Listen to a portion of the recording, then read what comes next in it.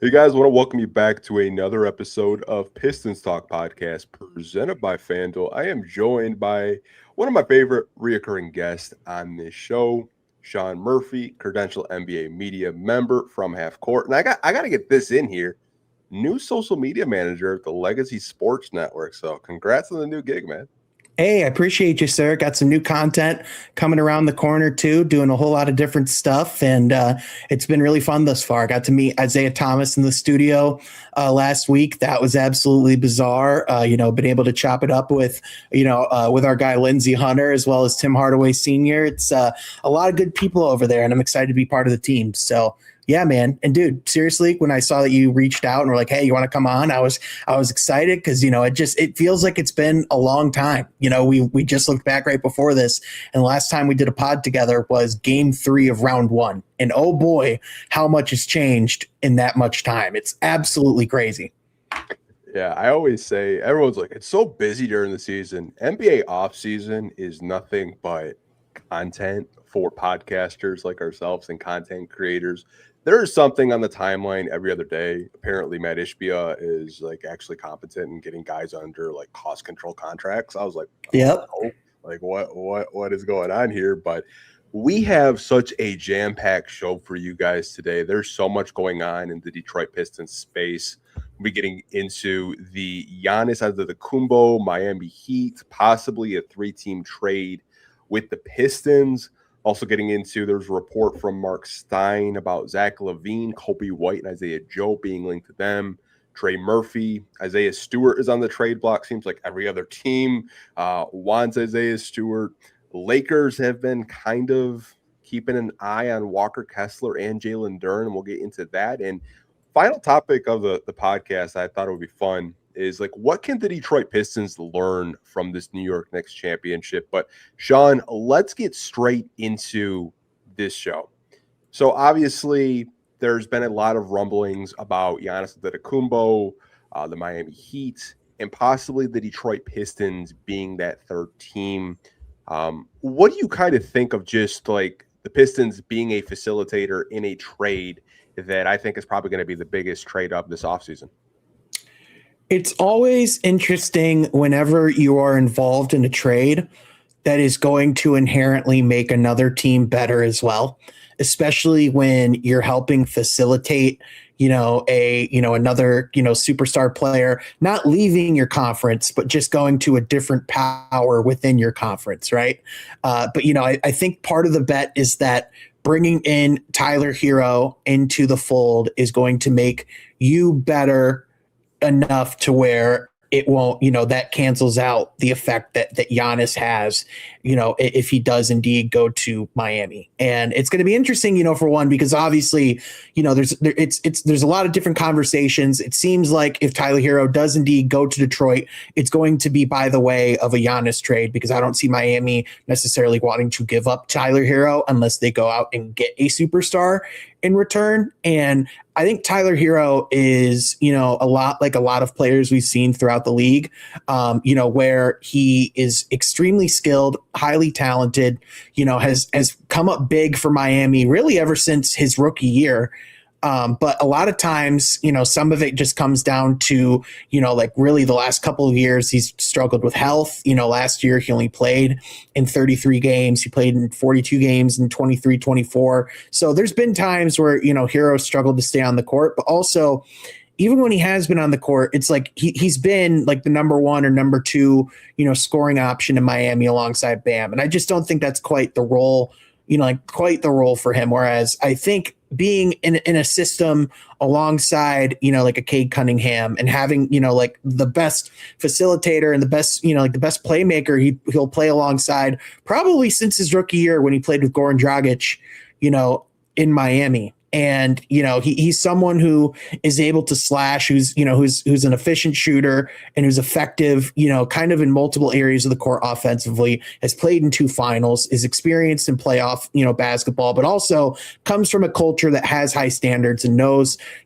how to be a professional. And so, like, is this like the flashiest name on the face of the planet? No. Is this going to be the final move that like Detroit makes? Also, I do not think the answer is yes there. So So I do think Tyler Herro, if you are talking about what they're looking for, I think he fits that mold very well. And, again, there are risks when you look at the health and all of those things, but you can say that about any player in the league at the same time. So I do think he checks a lot of the boxes for what the Pistons are looking for, though. And I would be intrigued to see him in a backcourt with Cade, because that definitely would be, the best, like the best playmaker he's played alongside. And again, he's, going into this year, he's going to be 27, he's going to be 27 years old, pretty soon. So, it's someone who's like heading into his prime, but also someone who's young enough to where you can still have like a ramp with him as far as, like being able to build off of, this upcoming season. So I'm curious to hear what your thoughts are, but overall, like I wasn't necessarily surprised when I heard his name come up.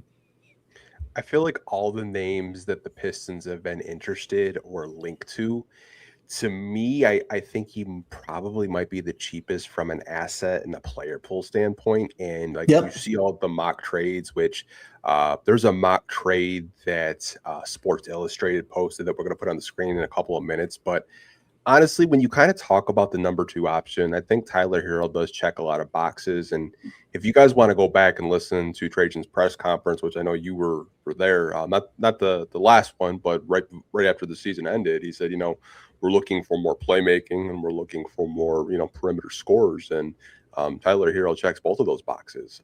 He's a really good 3-point shooter.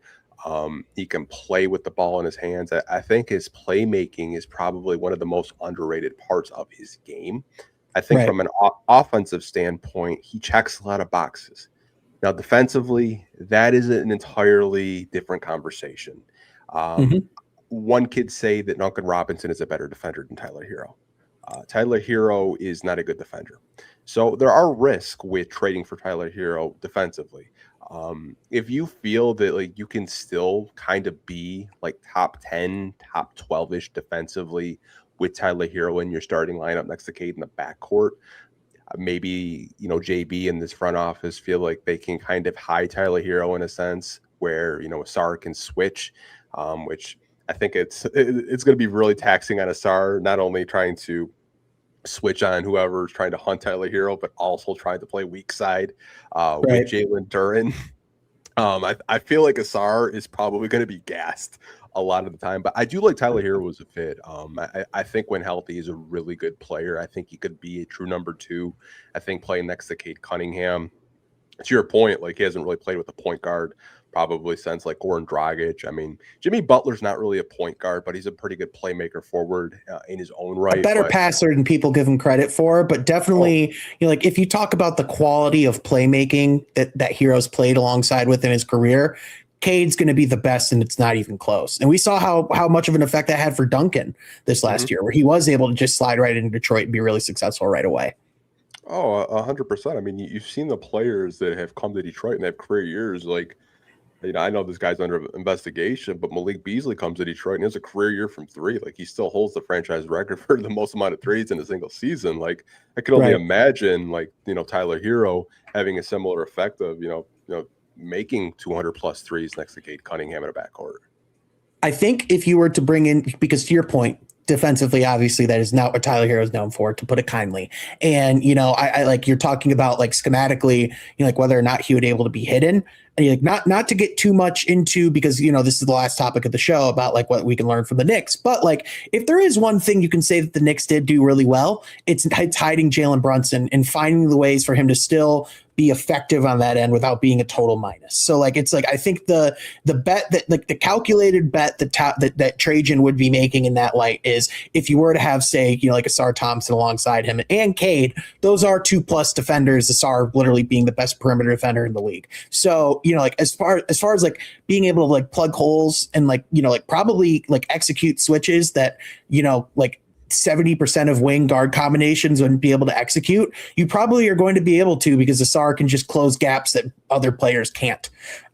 So, like, I think that's something that, is definitely worth considering in and of itself. But also, I think if you're looking at, like something that, like Tyler Herro would bring, and I think would be like a major positive is like, he's someone who has had to learn how to run the offense himself in Miami. And, like if you're talking about having someone that you feel comfortable with having Cade on the bench for extended periods of time to be able to give him that energy to perform in these postseason games, like it looked like, like obviously there was the health stuff and all those things that came up, but like Cade just looked worn out by, like by the end of this postseason run. And so if you can have someone like Tyler Herro who can effectively run the offense for like 5 minutes and a quarter if you need him to, like that would be a massive difference when you talk about the energy that Cade is able to provide down the stretch of a game. And that could be the difference between playing in the conference finals and going home. Yeah, I 100% agree with you. I mean, when you kind of just talk about like the flamethrower that he is, I mean, like I know Pistons fans probably know who Tyler Herro is, but if you guys want to go watch one of the games that just kind of popped in my head, it was JB's first year. It was that crazy in-season tournament game where Eric Spoelstra took a timeout. But if you remember, like Tyler Herro was just making 3 after 3 after 3. Like, I think that's one thing that Detroit has been missing is just like getting that bucket getter, getting someone like if you need a 3 in a quick second, like that's Tyler Herro. Like he can definitely get it going when he's feeling it. And honestly, I'm not really too opposed to the idea. I did mention a couple of minutes ago there was a Sports Illustrated mock trade. I did want to go over that with you as well because there's been a lot of reporting on this, is like who could be involved in this trade and who couldn't. So I want to give Sports Illustrated a big shout out for this mock trade. So let's break it down for people that are watching or listening right now. So in this 3-team trade with the Milwaukee Bucks, Miami Heat, and the Detroit Pistons, the Bucks would get Karis LeVert, Ron Holland, Marcus Sasser from the Pistons. From the Heat, they would get Nikola Jovic, Jaime Jaquez Jr., Khalil Ware, and 3 first-round picks from the Miami Heat. Their 13th overall pick in this year's draft, a 2030 first-round pick, and a 2032 first-round pick, all unprotected. Obviously, the Heat get Giannis, and the Pistons get Tyler Herro. So, I mean, like, just the framework with this trade, like, what do you kind of think of it? I think that's an appropriate framework if you're talking about compensation for Tyler Herro. I think Trajan has shown if anything they want to move up in the draft, they don't want to move down or out of the draft. And so I think them including that type of draft compensation in this type of trade would probably be a non-starter. Ron obviously is someone that I know you and I have been really high on for a while. And it's not one of those things where it's like, I think they should be looking to move off of him actively or anything like that. But I do think it is notable that he wasn't really able to carve out much of a role this postseason after, he wasn't really able to do the same in year one. I think some of that, like Ron has a contagious energy and plays with a lot of emotion, which is a blessing, but also a curse. And especially when you get into quick foul trouble, like he did in parts of the postseason, when you're making mistakes and compounding them, I think those are things that we saw kind of over time. Whereas I think you have to look at someone like Herro, where it's like, he is a lot more ready to give you that, like that consistent ball handling and scoring and playmaking. Whereas a guy like a Marcus Sasser, I know who's someone that we've like seen spurts of really good play as well, but nothing consistent enough that you can really rely upon and something that you can depend upon. And Karis LeVert, I mean, if we're being honest, he did not have a good season with Detroit last year. There, you can look at a lot of different reasons as to why, but the point is he just wasn't what they needed either. So I think, like this financially, like makes the deal reasonable. Correct me if I'm wrong, Anthony, but it doesn't look like, like salary wise between these 3 guys. Like, I think Detroit's salary would increase, but I don't think it would be by much. Bringing in Ty, I think he makes about like 30 million or 32 million. And I know Karis is like, I know Karis has like 14 and a half, but I think it's partially guaranteed. So I'm not sure what that would look like. I know Ron was a top 5 pick, so obviously his number isn't small. And then like Marcus is on like a $2 million, like a $5 million deal next year. So like these aren't like massive numbers, but like I think it would certainly get the deal done. I mean, I'm I'm curious what your thoughts are. But again, I think to me, this is a fair deal. Yeah, Tyler Herro's on an expiring deal. Mhm. For Karas's, he signed the 2-year MLE, just shy of about 30 million, and then Marcus Sasser's on that $5 million cap hit because he's still on his rookie deal. I think financially this does work. I do see some people in the comment section talking about like they like the ESPN one better, where it was in Holland, it was Stu and possibly the Pistons' 21st overall pick, which, hey, I mean, Trajan did say in the press conference, saying it's like we either trade the pick entirely or we're trading up in the draft. So that could be a possibility as well. I've seen a lot of different mock trades. I've even seen a Lakers one kind of float out there, but the Lakers one just seems like it was made by a Lakers fan of them getting Isaiah Stewart and Khalil Ware. I was like, yeah, like come on, man, like the gig is up. Yeah, I think if they are to trade Isaiah Stewart, I think it would probably try to be in a separate deal. I think, not to allude, I'm sure we're probably going to be talking about this other player here in a moment, but I think the goal would be to not end up with either Trey Murphy or Tyler Herro. I think ideally, if you could end up with both somehow, I think you would want to try and make that happen. And I think that's like and again, like if you are going to move off of someone like Isaiah Stewart, you want to make sure it's in the right trade package. And it's like, again, I'm not saying Tyler Herro like isn't like a worthwhile acquisition, but again, it's just like I think they're trying to save him for a different acquisition. Yeah, I 100% agree with you. We'll get into the Stu stuff a little bit later. There are a few teams that are interested in trading for Isaiah Stewart. One team in particular that I would absolutely hate to see. But honestly, I think the other kind of conversation that you have to have if you are Detroit and you are a Piston fan is Tyler Herro is on an expiring deal, right? Mm-hmm. What is it going to take to resign the guy? He's on a $30 million deal. I mean, are you talking, a 4 or 5 year deal to re-sign with the Pistons, and are you comfortable with that? Yeah, it's interesting because what would his market look like if he were to hit the open market? Because it's not a lot of teams necessarily have the cap space. I wouldn't be surprised. We're seeing a lot of guys that are opting. Like Trae Young just opted out of his final year in Washington. And, a lot of people are like, oh, well, what could that mean? What's going on? More than likely, he's just signing back with the Wizards, but it's going to be on less, like annual value, but, like more guaranteed money over time.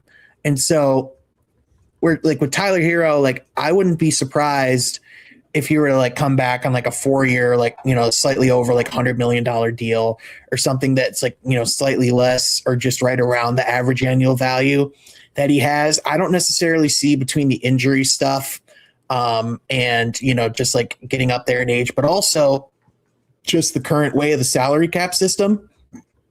I don't really see him getting more in average annual value in the next contract. And so I think if he does come in and does play well, like I think, there is a world where you can get him on a more team friendly deal.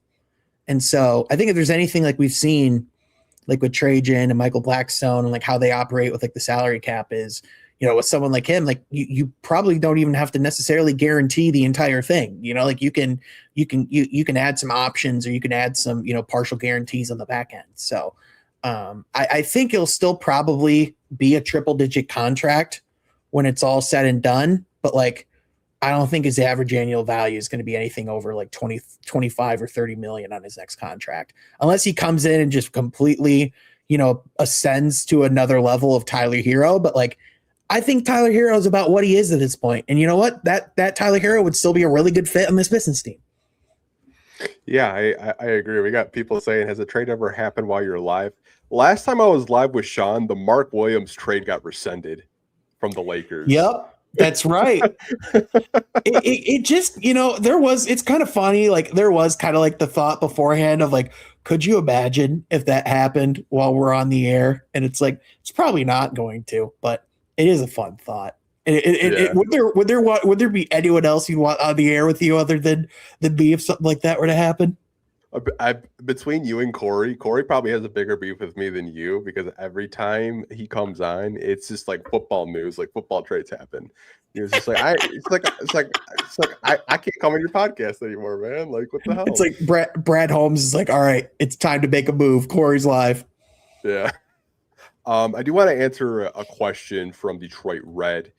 He said, is it true that Herro and Cade have the same agent? Yes, they are both represented by Jeff Schwartz of Excel. So there is an agent connection there with Tyler Herro and Cade Cunningham. And definitely doesn't hurt. A lot of people are digging up the all-star pictures. And Tyler Herro and Cade were, cracking some jokes, getting along. So you never know. Cade could be recruiting. Duncan Robinson is really good friends with Tyler Herro. That's like one of his really close friends that he grew up with in Miami. So there's a lot of connections there. Maybe, Duncan Robinson and Cade Cunningham low key are trying to recruit him here to Detroit. Again, it's certainly, there's a lot of things that certainly make it add up and make a lot of sense. Is Tyler Herro the best guard in basketball? No, I don't think anyone's saying he's a superstar by any stretch of the imagination, but he was an all-star for a reason, and he's someone who, he's won a lot of games, he's made a lot of big plays, and he's been involved in high-level basketball, at multiple steps in his career, which if you're looking at how do you take that next step, you want guys who know what that moment's like and know, know what it's, know what it's like to be on both sides of the coin. So, I certainly think it makes a lot of sense. It's a calculated risk, which that's every acquisition in the league, but I'm sure this has a little more risk attached to it. I agree with it. Someone had asked, if we get Herro, are we able to make more moves? Yeah, you have a mid-level exception. I don't really foresee the Detroit Pistons being too active in the free agency market. I don't know if you could. Here's the bigger thing I want to talk with you about, and I've seen a lot of people bring this up as well. You fill a position of need at shooting guard, but you still have a gaping hole at power forward. That's my biggest, Tyler Herro solves the shooting, but there's reports of Tobias Harris, wanting to come back. What do you do at power forward, really? Yeah, it's such a tricky spot because you do need more production in the front court in general. And, it's I do think Tobias is still a very valuable, part of this team, as long as he's not one of your three most important players in the offensive side of the floor. If Tobias is able to, I think we all kind of think low key, if he's able to slip into a sixth man role and come off the bench and be someone that can, add energy, be that, kind of that extra coach, but also someone that, you can bring in if you need, if you just need someone to be that steady hand. I think that would be the perfect role for Tobias as he's heading into that next phase in his career. But to your point, it's especially as you have a SARS contract coming up, as you have, as you have Jaylen Duren, whatever that number is going to be on your books coming up into this season, you're not going to have a lot of room to operate. So I know a lot of people have floated around John Collins.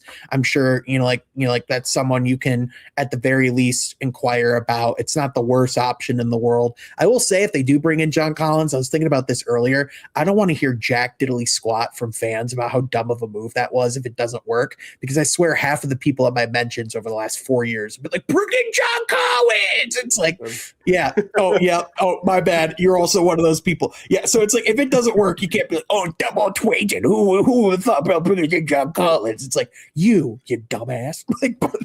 Anyway, it's in all seriousness, it's so tricky because the other, the flip side of the coin is if there's a great front court player, a team ain't letting go of that guy, unless you're giving real quality assets. So that is where hey, is the Trey Murphy piece possible? Is that is that an attainable option? Do you because if you do, I'm not gonna lie, man. I know it'd be complicated to make happen financially, but a starting five of Cade, Herro, Asar, Trey Murphy, and Jaylen Duren, that moves me. That moves me. I mean, again, there might be, there's some defensive and physicality questions with that lineup. You would certainly be leaning more into offense, and you would have, like, I know Trey Murphy's, like, not the greatest defender. He's, probably average at best, but like, that team would certainly be able to space the floor a lot more. Yeah. Certainly give Jaylen Duren a lot more room to operate. I definitely want to get into the Trey Murphy stuff as well, but I did want to kind of ask you about the power forward stuff, because I think when you look at power forwards in free agency, you just mentioned John Collins, which I think he's the best power forward available on the open market. It's a UFA. Mm-hmm. There's Rui Hachimura as well, who was an absolute flamethrower in the playoffs. It seemed that the guy could not miss a shot from three. Yep. He was going crazy. I've mentioned someone the past 2 weeks. I mentioned it with Laz, and I mentioned it with Wes, and Wes brought him up. So I was just like, okay, we're on the same brainwave. Dean Wade from the Cavs, who I think could be a very cost-effective power forward, lengthy, can defend, just not the most consistent three-point shooter. There was someone in the comment section saying, if we get Dean Wade, I'm canceling my season tickets on the spot. Yeah, I see Second Effort, who I'm actually going on his podcast tomorrow, so shout out to him. He said, I'm not going to try to pronounce the guy's last name, but Sandro from the Raptors, who's kind of in between a power forward center. I think Sandro makes a whole you're lot talking about. He kind of reminds me of, ironically, his game reminds me a lot of Michael Porter Jr.'s brother. Who played for the Crews? Yeah, I can't think of Jermichael Porter. Yeah. Javante Porter. Javante Porter. Yeah. Yeah, a little bit. I could see that. I mean, Javante had the strap from three as well. I honestly think when you look at, like, I know we're going down a complete like rabbit hole with like power forwards and free agents. Yeah, Javante Porter. My bad. What's wrong with me? My gosh. Yeah. I honestly believe if you were able to get Sandro right now, I have a feeling he's just going to pop. And whoever signs him is going to look like a freaking genius. Because back-to-back years when he was with San Antonio and Wemby was out, he looked really good. Was really good with the Raptors this year. I know some people said, hey, man, I'd give him the full MLE. Like, I'm in. Like, let's go get this guy because I think he's a very versatile 4-5. Yeah, I think he'd be a good option, too. I mean, that is a spot that just no matter what, they're just going to have to find some form of upgrade in. And I know I saw people like talk about like trade up for like Yaxel, and it's like, I know like that, I know he's someone that, like Michigan fans would all love to see, but it's like, I don't know if you even it's someone that's older like that. I don't know if you could still just say like, hey, welcome to the Pistons. You're going to be a starting 4 day one, be one of our guys we can count on right away. I just, again, it's like that's when talking about draft stuff, that's why I have a hard time even getting super deep into it, because it's like, all right, well, realistically, how attainable is it to find someone that can just contribute literally right away in a playoff rotation like that? Like that's just tough. Yeah, I mean, we'll answer one more question, then we'll move on to the Mark Stein report. Second Effort does have a question about Tyler Herro. It is a draft question, so I'll try to take the reins so you don't have to. Would getting Herro change who you guys want in the draft? I think when you look at 21, if they are able to keep the pick, Second Effort, I'm under the assumption that they would probably still go for a guard, whether that's a Ibuka Okori. If he does stay there, I have a good feeling that he's probably going to be anywhere from 13 to 16 in that range. That's a trade-up candidate.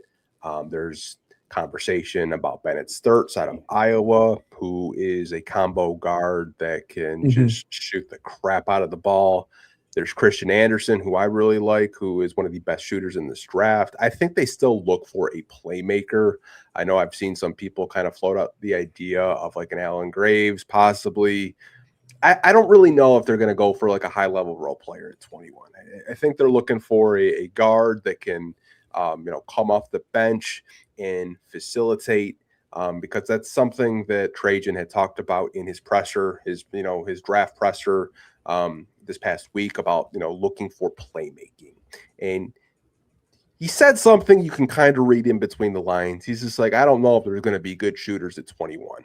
So you can look at the prospects like an Isaiah Evans from Duke, a Malik Thomas. Maybe he believes that they possibly will go higher than they're projected in mock trades or mock drafts. Yeah. Excuse me. Yeah, like I know like another guy who's really made a name for himself the combine process is, like a guy who's mentioned in the comments like Cam Carr. I don't imagine him being there at 21. Like just from like the limited stuff I've seen about him, it's like I have a hard time seeing him getting past like 15 with the skill set that he has and everything he provides. And so that's the thing that's like, on one hand, first round picks are as valuable as they've ever been, because in this current NBA with the salary cap structure, you need to be able to hit on back end rotation pieces and get guys who produce more than what the value of their contract like should entail. Right.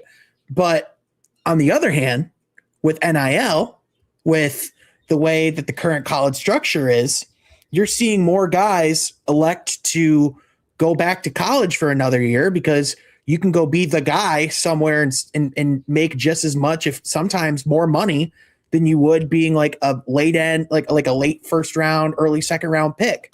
And so that's why, like, really once you get past, like, it was already kind of a crapshoot once you get past the lottery when you get into the draft. But now I feel like it's even harder. I mean, this draft, like on one hand, it's still a really good draft. And like, I think this is still like a really quality class. I think we're gonna have a lot of guys that we're going to say, wow, they can play. And I think they'll still be the case just about every year. But if you're talking about like finding those, those true like star potential players like deep into the draft, it'll still happen. It's just going to be a lot harder now.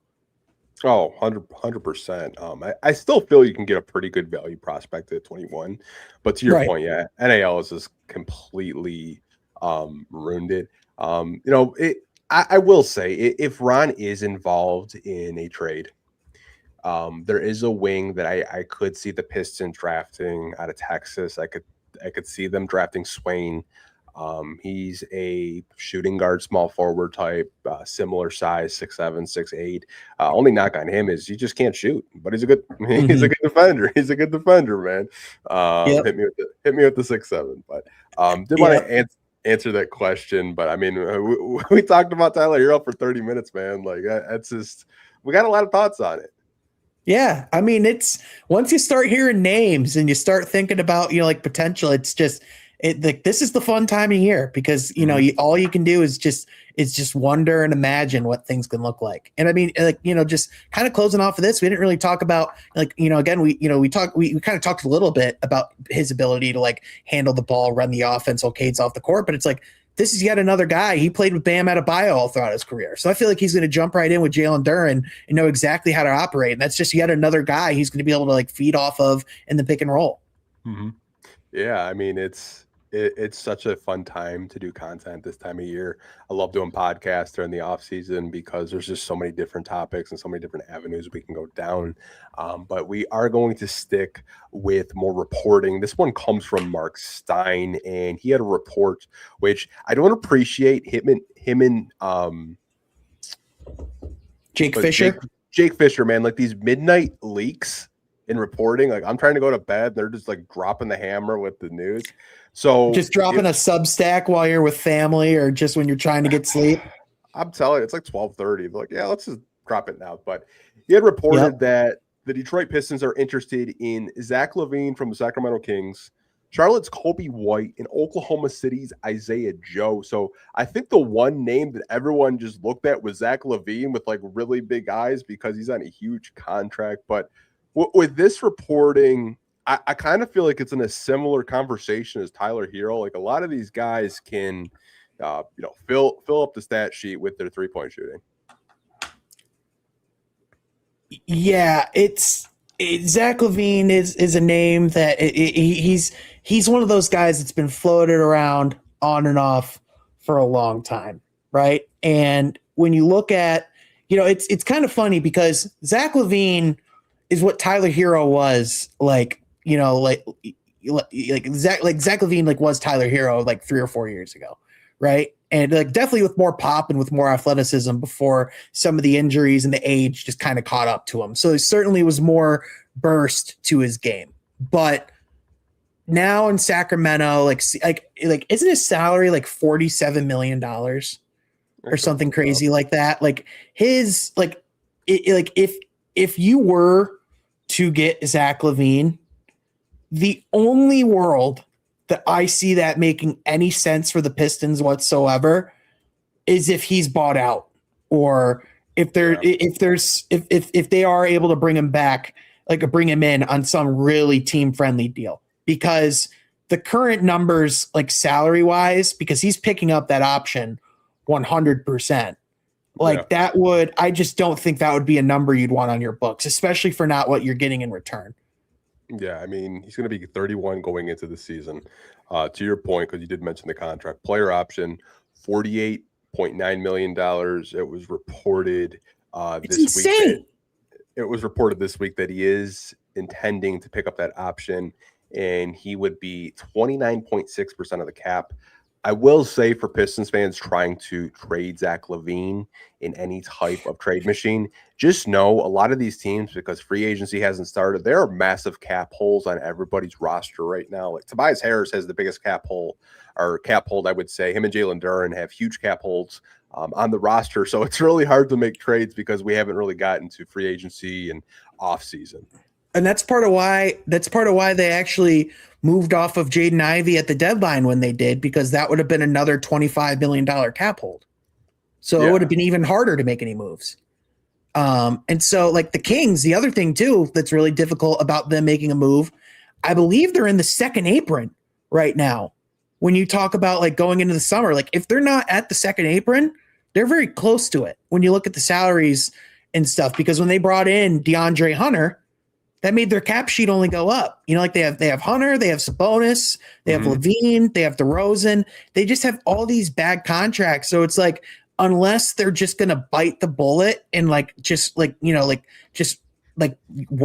like buy out some of these guys, which like, I don't know why Sacramento would be incentivized to do that until the deadline. You know, like I just don't see it's, and even the way that the report like talked about Zach LaVine is that it sounded like more of a last resort than some of those other guys. And a big reason why is because of that contract, because the trade value is it's not through the basement. It's through the core of the earth, dude.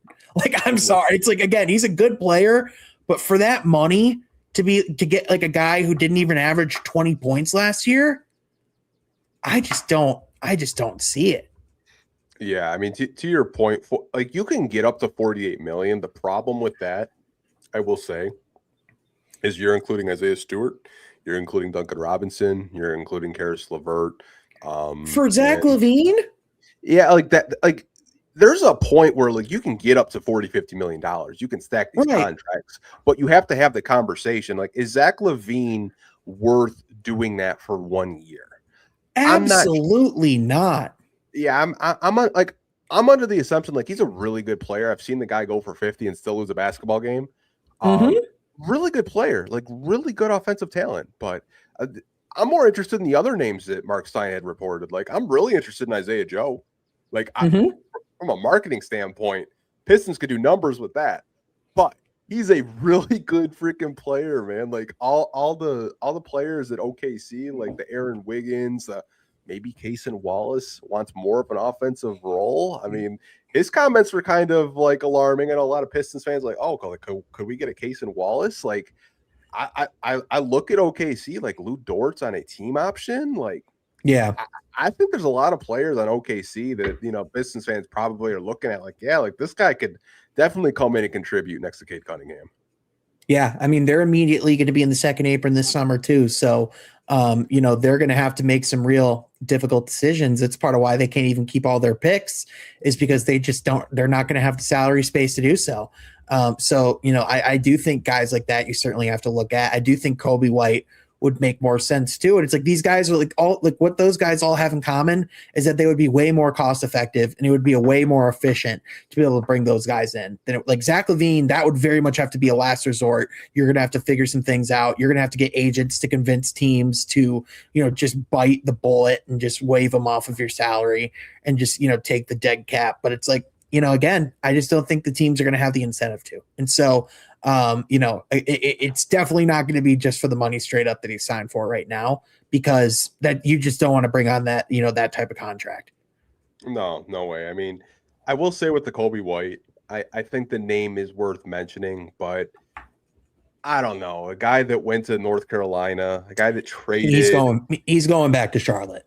Yeah, a guy that got traded to the Charlotte Hornets, single-handedly won them that play-in game against Miami. He was absolutely berserk in that quarter. His hometown team. He went to college. It's like that. He's a Hornet. Yeah, like I think it is worth mentioning. I don't really know what his market could be. I could totally see him like around the $15 to $20 million range. Mm-hmm.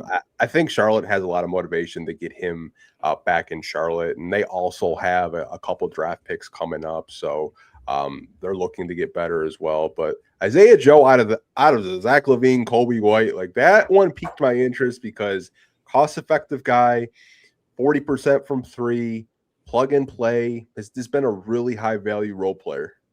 Yep. And again, like you said, he's just one of those guys where you look at and go, man, you could do so much more if you were given the opportunity to do so.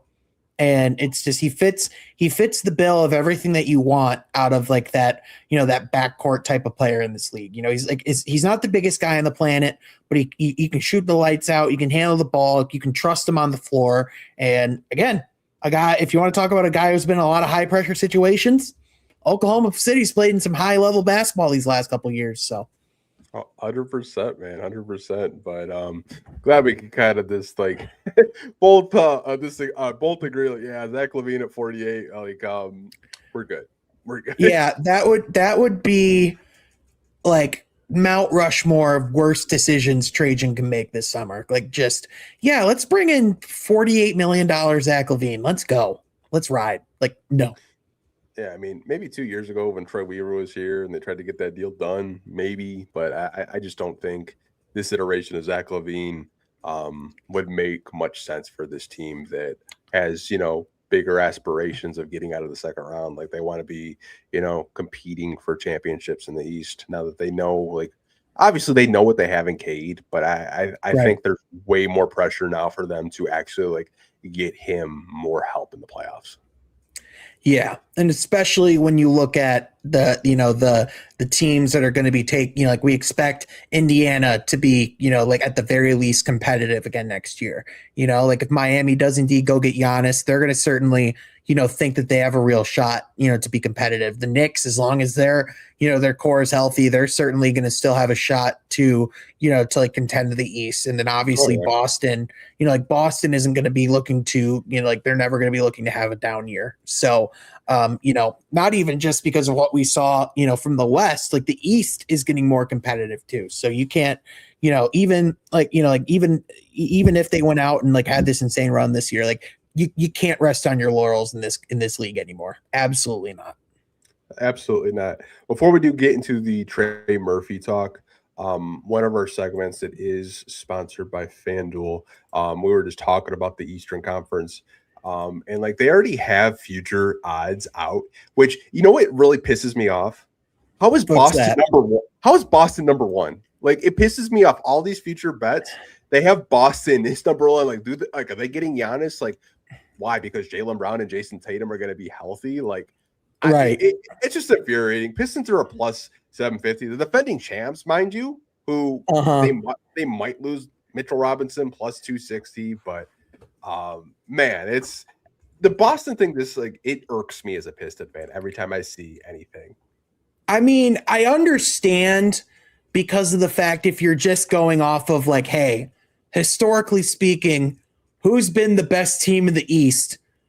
Like Boston's going to take up a big chunk of that pie chart, right? And with Brad Stevens, a healthy Jason Tatum again, Jaylen. It's like you understand why in theory you feel pretty good that they're at the very least going to be in the conversation, but also like to your point, I don't think we're talking enough about how bad of a playoff loss that was for them against Philadelphia. Like to the point where Brad Stevens like came out like after the season and said, we can't play this way anymore. Like this live by the three, die by the three stuff is over. we have to play more in the interior. We have to play more of an inside out game. And the fact that they, like 2 years in a row, like even when they won the championship, there were times where like they were blown out or just had these like horrendous shooting nights. And so it's like talent wise, like, am I shocked that they're up there? No, but like, let's not pretend that the Celtics didn't just have a real identity crisis this postseason, because they, like, right now, part of even why they're having the Jaylen Brown trade talk is because they're still having the conversation of who's the alpha of their team. Those guys have played together 8 years. We're still having that conversation. Yeah, it's crazy.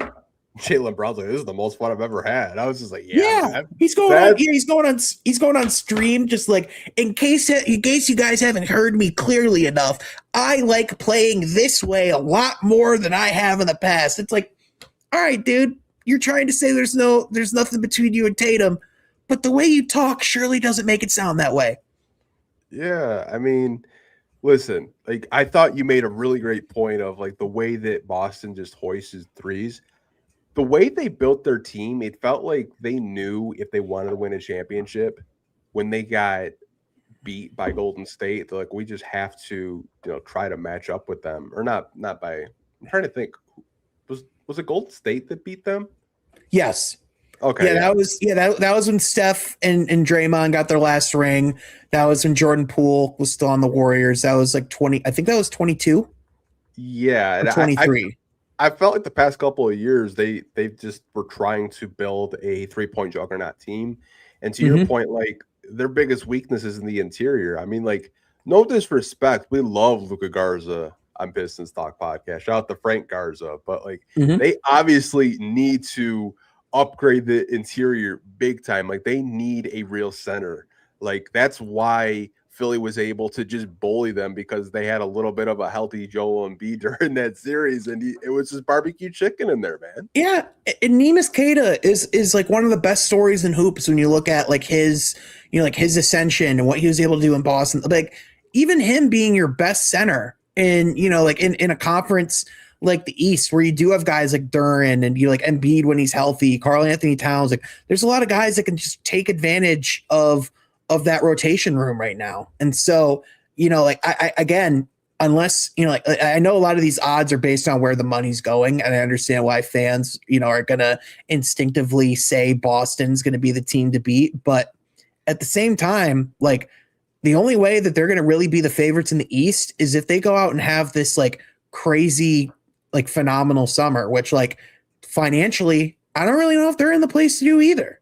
Even if they bring in Giannis for Jaylen Brown, does that really make them like that much better than they are today? It makes them different, but does it make them better? I think they would have to change their whole concept if you get Giannis. Yeah, their system would have to change from the ground up. I mean, like you saw it in Milwaukee when, Damian Lillard did not have the ball in his hands. He wasn't comfortable, and Giannis likes the ball in his hands. So it gets to a point like, are you comfortable with Jason Tatum just kind of playing like spot shooting? Like, right. And I'll tell you right now, Giannis, he didn't want to be a screener in Milwaukee. I don't think he's going to come to Boston and want to set screens either. I'm just saying, I think we'll move on. I think Indiana is criminally low. I know Tyrese Halliburton has been out, but I think getting Zubac and having a Jay Huff, like I still really like Indiana's core. I think a lot of people are sleeping on them. I was going to say, if I'm Cleveland, I'm a little insulted that I'm tied with Indiana, just from the standpoint of like, because listen, don't get me wrong. Like you said, like and I said it too, I still think Indiana is going to come back and be really competitive, but Halliburton off of an Achilles, all the health stuff he's been dealing with on top of the Achilles this last year, the bad juju of losing the pick in the Zubac trade. And also like the sheer morale crush that was this last season for them. Like, if they don't get out the gates playing really well, things could get late early for them. And again, I know the year they went to the finals, they weren't good to start the year either. So like, they're a team that has shown they can overcome a bad start, but they have had some real rough momentum their way the last year. And I think that if they do want to be like high up in that conversation, I think they're going to have to wash that bad taste out of their mouth as soon as humanly possible. 100%, man, 100%. But I was kind of surprised just to see Boston on top, and I was like, "Well, they're getting Giannis. Like, why are they on top? Like, I mean, you got the defending champs below them, which I think the Knicks can definitely still run it back. They might lose Mitchell Robinson, but I mean, I feel like Huck Porty is a really good center that they drafted, they believe it in. But I mean, it's really early for NBA future bets, but you never know. I mean, like all jokes aside, I took the 44.5 last summer, and I was like, you think they're going to win one more game than they won last year? I'm like, okay. Right. Here we go, man. Like, I'm interested to see what they have set at this year. Watch it be like 50 or something like that. I mean, I will say, like again, I'm not like people make their own financial decisions and things like that. Pistons at plus 750 is a pretty good deal. I think so too. Like, if again, a lot would have to happen for him to get to that point, but it's like that's a pretty good deal. Yeah, I mean, again, like I'm not advocating for people to do that either, but I mean, when you kind of just look at these, it's just like, man, like put $10 on it, to sit on it. If it hits, it hits. Like you're kind of like, oh, hell yeah, it hit. But right, I mean, right, bet responsibly. But it is an interesting one. For sure. I know we've talked about Zach LaVine. We've talked about Tyler Herro, Isaiah Joe, Kobe White. Who's next? Trey Murphy. So, of course, Trey Murphy has been, I feel like, in Pistons rumors for the past year. I think he's the worst kept secret from the Detroit Pistons organization and their interest in. To you, like, how real do you think the smoke is with the interest level from the Pistons with him? I think the smoke is real. I think, when looking at, this is a relationship league. You have to acknowledge the pre-existing relationship with Trajan and Trey with Trajan's time in New Orleans. I believe Trajan was pretty instrumental in drafting Trey, with the Pelicans, and, is very familiar with what he's capable of and, like the trajectory that he's had in his career. You also have Fred Vincent on the bench, who, is, considered one of the best shooting coaches in basketball, was pretty integral in the development of Trey there. So, I'm sure there's definitely like a lot of, just like a lot of like fondness from their time. But then, again, you look at the skill set for what the Pistons need. You look at the skill set and where the league is going as a whole.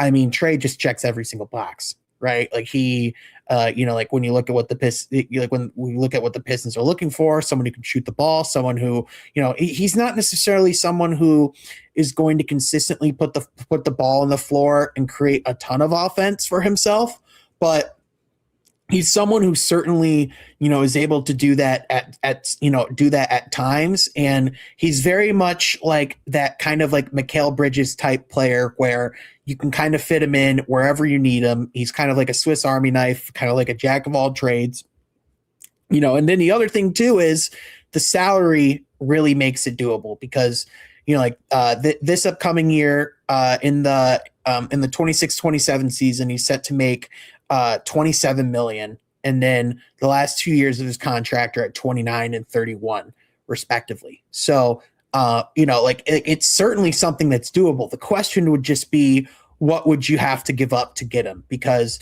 the trade packages for Trey, like his value's kind of been all over the place. And if there's anything, that about Troy Weaver in a trade conversation, is how unpredictable he can be. And I think that's why, I know like Kuka Heel floated around like the trade package of like what it could look like, of like throwing in, like, I think his package had like Isaiah Stewart, Marcus Sasser, a first round pick. I think like Ron might have been in, like Ron or like Karras might have been in there too. I'm not entirely sure, but as I know, like Trajan has said, especially they don't want to give up any draft capital past 2029. So you would certainly have to give some guys that they would want. And I think if you're looking at like what really makes sense for like the next Isaiah Stewart team, I think it's something like that where it makes a lot of sense. And like you are getting a lot, like, like Isaiah Stewart like is pretty good value, if like on top of like other assets too. So All that to say, like, I think, like, this felt a lot more realistic to me from day one than, say, when Brandon Ingram was on the market. And I think all of the smoke and all of, like, the tea leaves have kind of pointed to that being the case. And again, it's the mold of both being someone who is, who is young, who has the ability to grow alongside the other guys in this team. But it is also, it's like, the other thing you have to acknowledge is, as much as we like Trey Murphy and the fit that he has, he's never been an all-star. Like, even though, like, we know that he can pop in a better system, it's not like it's not like every moment in New Orleans has been like sunshine and lollipops, right? So I think you do have to acknowledge that. And even if you are saying, like, oh, he's like a Mikal Bridges type trade, the Knicks, like it's not even like Mikal Bridges is like a huge part of their championship either, right? So it's like I definitely think Trey could be more more of like a reliable option than that. But again, there's definitely some risks alongside it. As long as you're not giving up too much in a deal, I think he's a perfect fit alongside these guys. And again, it's like, I don't think Tyler Herro individually would plug every hole the Pistons need. I don't think Trey Murphy individually plugs every hole that the Pistons need. But a combination of those things, I think you have a really interesting basketball team there. Yeah, I don't know if they could pull off getting Trey Murphy and Tyler Herro in the same offseason. It'd be a lot. I think it would be an incredible task to do so. I will say, from talking to some New Orleans Pelicans reporters and podcasters, from what they heard, Troy wants some of his guys back. And you can look at this core. You can look at Asar Thompson. You can look at Jaylen Duren, Marcus Sasser, Isaiah Stewart. Pelicans drafted Derek Queen, but the biggest problem with Derek Queen isn't so much his fit. It's he just cannot play next to Zion whatsoever. They're just it's just really wonky with both of them. I think they need more of a center that can play next to Zion, because with New Orleans, they're not really in the mindset of rebuilding because of the ownership down there. They're looking to still compete in a stacked Western Conference. So I think for a Trey Murphy trade, I've heard they really like Ron Holland, really big fans of him. They like Isaiah Stewart, Jaylen Duren, Asar Thompson. Like, those are the four guys that get brought up in, trades for Trey Murphy. And my thing is, like, Asar is off the table. Like, you know what? You can have your pick of combinations of players. Unless you're getting a first-team All-NBA player, Asar's off the table. And even then, I'm not necessarily opening that conversation. Exactly. Pelicans fans is widely underrate Asar Thompson as a player. They just look at the box scores. But that's beside the point. I think if the Pistons were to do a deal with Trey Murphy, Isaiah Stewart or Jaylen Duren would be, no pun intended, the center of that trade, because they need a center. Obviously, I think Troy really likes Stu. He really likes Duren. But I think those are the two players that I always hear from Pelicans guys that Joe Dumars and Troy Weaver really like. But you also have the other side of the fence of, like, the Pacers have said, hey, like, we're interested too. The Golden State Warriors, they tried offering, I guess, Jonathan Kuminga, which they said no thanks. Now they're offering Moses Moody and Brandon Bajensky and, some, first round pick. So I really don't know what's going to happen with Trey Murphy. If I did have to guess, I don't think they're going to get the haul that they think they're going to get. He's a fine player. Like, don't get me wrong. Like, 20 points a game on 15, 16 shots attempts a game. This is more about New Orleans. If you put him in an environment that's more structured, with whether it's JB Bickerstaff or Rick Carlisle or even Steve Kerr for that matter, I think you would see the value in Trey Murphy, and I think he would get talked about in a brighter light than he does nationally from other national media members. Well, even you look at, like, they're not going to get the same like value for Trey Murphy that they would have gotten even like 4 months ago, because you look at the way that the lottery system has changed and the way that lottery odds have flattened. Now first round picks are going to be harder, to come by. Like you're going to, like Trajan touched on it, like you're going to see less teams be willing to move off of them. Like I know fans in New York, like during the parade and after they won the championship with Mikal Bridges were saying F them picks. But like, if you want to be a good team in this league and if you want to have like a sustainably competitive team, you cannot say F them picks. And if you're going to say F them picks, you better be getting a superstar in return. And even then, like, you better make sure he has a pretty good window. Like, that's why even like, like Miami giving up like 3 first-round picks, I know like that might look, like that might not look like a lot for a guy like Giannis when you compare it to like even what like the Timberwolves got for Rudy Gobert back in the day. I think that trade in particular just kind of skewed a lot of minds of like what trade values really are. But in this modern league, like the value and the way that these picks are considered, it's changed radically. And so I think just from that standpoint in and of itself, New Orleans isn't going to be getting back what they think. And even then it's like, again, as great of a skill set as Trey Murphy has, as much as he checks all the boxes of like a championship level role player or like a high level starting caliber player you want against a guy like alongside a guy like Cade, it still needs to be pointed out he has not been an all-star caliber player. And when you like he could maybe get that at some point in his career. If you don't have that high of an upside, like, can you really give up that much? Because even then, the reason why the Nets the Knicks had to give up as much as they did to go out and get Mikal Bridges was because of the fact that he was with the Nets. And that was a special circumstance where it was an inner city trade that the Nets and Knicks literally have almost never worked together, and they might never work together again. Like that was a 1-of-1 trade. Yeah, I mean, I know we're going to get into the Knicks a little bit later about like how the Pistons could possibly learn from their championship. But to your point, with the NBA draft lottery changes, I think teams are going to be a little bit more hesitant to trade first because you could basically make the play-in tournament and have a small chance of winning the lottery now. I think first-round picks now hold more weight than they did yesterday. When the Knicks were making these trades, obviously they said, we really need a good wing defender. Let's go get Mikal Bridges. Like, screw the picks. And they did. Let's go get OG Anunoby. The OG trade had more to do with who was in their front office versus like what they traded. They had the CAA connection in there. Like, they were going to get OG Anunoby. It was just a matter of time before Masai Ujiri to say, like, you know what? I can't be a CAA agency. You guys are going to force my hand. Either way, they get OG. They get Cat. I mean, they've done a very good job of building their team, obviously, but I don't really think you can have that same type of approach like what Orlando did last year. Orlando traded for first.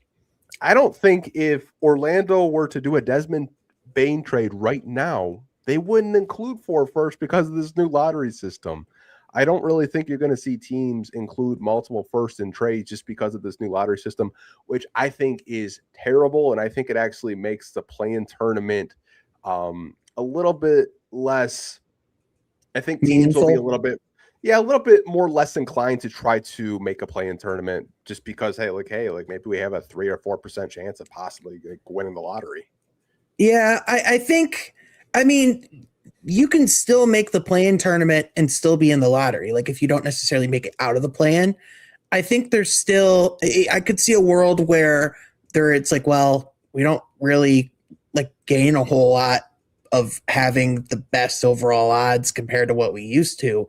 So, but like, to your point, like, I think this is one of those systems where I know the league is already committed to like keeping to it for a few years, but they are going to make changes to it the millisecond that they can, because I do think that they've introduced some unintended consequences. And I know we talk about tanking and how much we hate it, but at the same time, you got to give bad teams a chance to get better too. And yeah, that's a whole other pod in and of itself. Oh, 100%. I could totally see us both talking about it for like an hour. Yep. But we don't have that much time. I don't think people, even though we almost got 2,000 people watching us right now, by the way. Want to give a shout out to everyone on Twitter, Facebook, and YouTube. We're at 1654. But one of the next topics is Isaiah Stewart. Obviously, there's been a ton of reporting with Isaiah Stewart being on the trade block and the teams that have been linked to Isaiah Stewart: the San Antonio Spurs, the Boston Celtics, the Miami Heat, and the Los Angeles Lakers. He would be a great fit in all of them. I know. Are you kind of surprised that the Pistons are willing to put Isaiah Stewart on the trade block? And there's one team I just don't want to see him go. I don't want to see him in a Spurs uniform. Yeah. If Wimpy says go give a hard foul to Mason Plumlee and Bismack Biyombo, Stu would actually do it. Oh, he would take the assignment to heart, and he would take it to another level. So before the postseason, if you would have told me that Isaiah Stewart would end his career in any other uniform than a Pistons uniform, I would not have believed you. Yeah. Then the postseason happened. And, with Isaiah Stewart, it's, I talked about this on my pod a little bit, and it's kind of just reiterating and just looking at like what Trajan said about Isaiah Stewart at his postseason press conference, where he said there's Isaiah Stewart's season. Like he had a tale of two seasons, right? Because there was the season before the altercation in Charlotte, and then there's the season after the altercation in Charlotte. Mm-hmm. And after the altercation in Charlotte, he was suspended for like 7 games, came back for like 5 or 6, got injured with the calf, maybe had like 2 or 3 games of run before the postseason, but didn't truly have his legs like back in time for the playoffs, and played so poorly that the Pistons had to multiple times address whether or not he was hurt. And, even I think back to, and the thing that just really stuck in my mind and was shocking to me throughout this playoff run was the end of Game 7, the blown box out by Isaiah Stewart on the free throw that got Cleveland back to the line. He was brought out of the game, and then he gets into like a verbal altercation with Jarrett Jack and the other coaches on the coaching staff. And he's someone that going into the postseason, JB said was like Isaiah Stewart embodies the heart and soul of he is the standard bearer of this team's identity.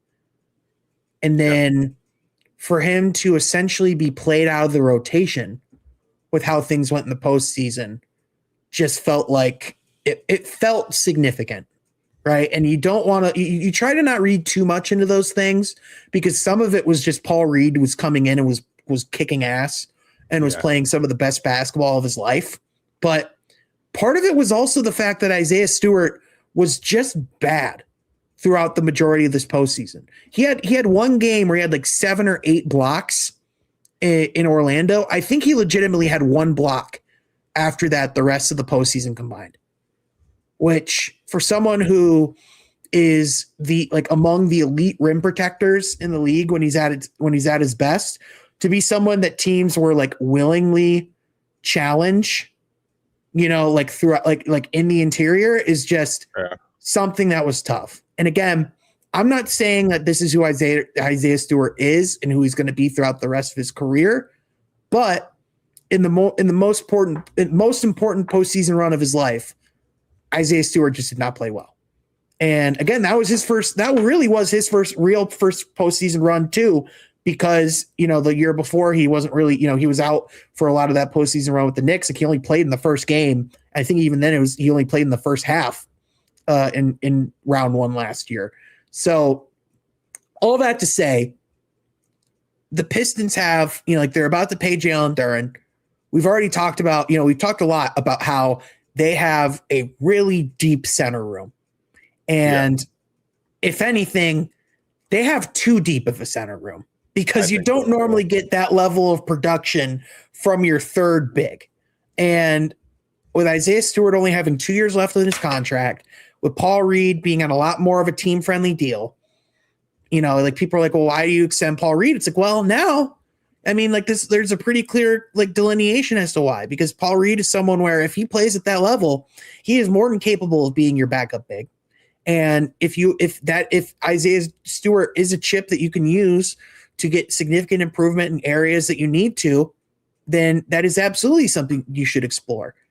However, I think it is important to acknowledge, going back to that comment of giving up someone who is so integral to this team's identity, so integral to the physicality that they played with, the tone that was set on the defensive side of the floor. We see Jaylen Duren at times. I feel like he is, impacted by Isaiah Stewart and the physicality he brings, because when Isaiah Stewart is bringing that challenge, I think that motivates someone like Duren to do that more so himself. And so if you do make that type of move, if you do swap out an Isaiah Stewart for like a Trey Murphy or like whatever you end up swapping him out for, you have to make sure that guys like Asar are setting that standard. Guys like Paul Reed continue to set that standard. Guys like Jaylen Duren, like especially with the money that he's about to get, he's going to have to be a big part of setting that standard.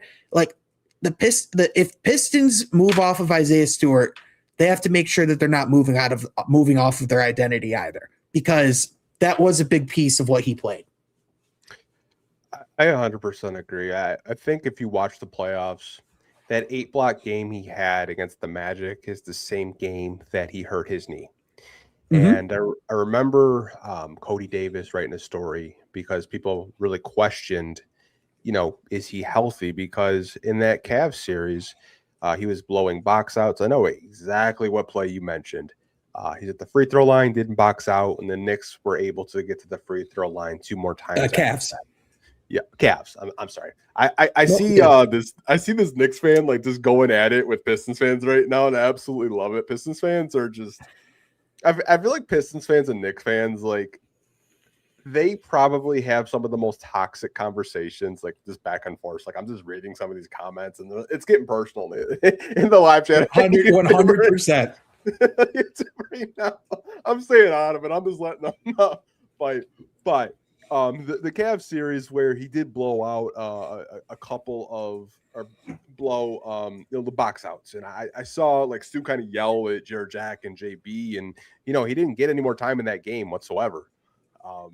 And like you mentioned, JB has always said, like, the heart and soul of the team, like, Isaiah Stewart is, the Detroit Pistons toughness. We've always said, like, a culture setter, like, and longest tenured Piston. He's been here the longest out of anybody. He's been here longer than Cade Cunningham. And I know a lot of fans have a lot of attachment with him, which I understand. But like, when there are reports that Jaylen Duren possibly could get anywhere from 35 to upwards of $40 million, it's really hard to say, like, yeah, our center crop's going to be close to $65 million. Yeah, you can't spend over $60 million on the center room in this league. You can't. Like, as much as as bigs are still such a massive part of this game, but to build out the rest of your roster, you can't be spending that much in that room.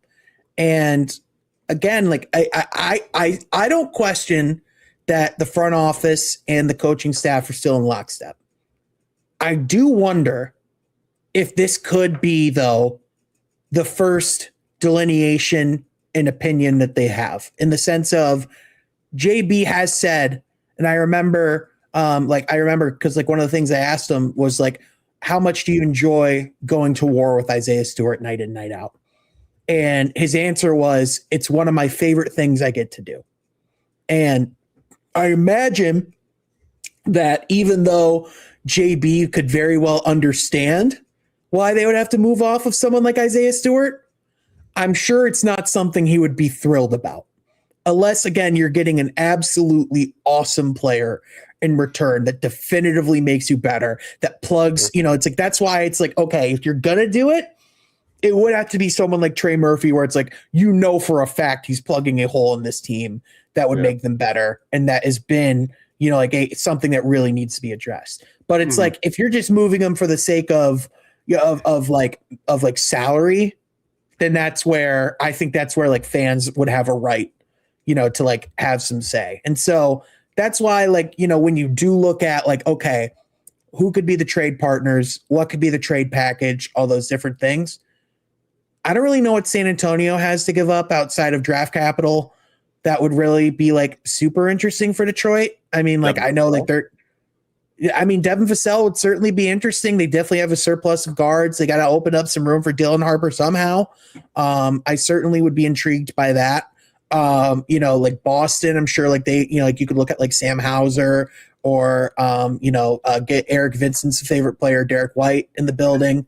That's something you could definitely look at. Shout out Eric. But like, it would have to be the right trade. And it's like LA, they have nothing.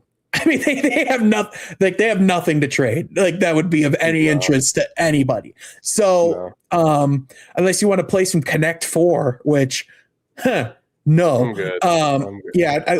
All right. Legit question. Would you rather have Chaz Lanier or Dalton Connect right now? Both Tennessee Volunteers. Yeah. I would probably bet my money on Chaz Lanier. And I know he didn't play a whole lot this year, but I've heard a lot of good things about the kid's work ethic and how much time he puts into the gym and how I think they believe Chaz Lanier could be a rotational piece coming up this season.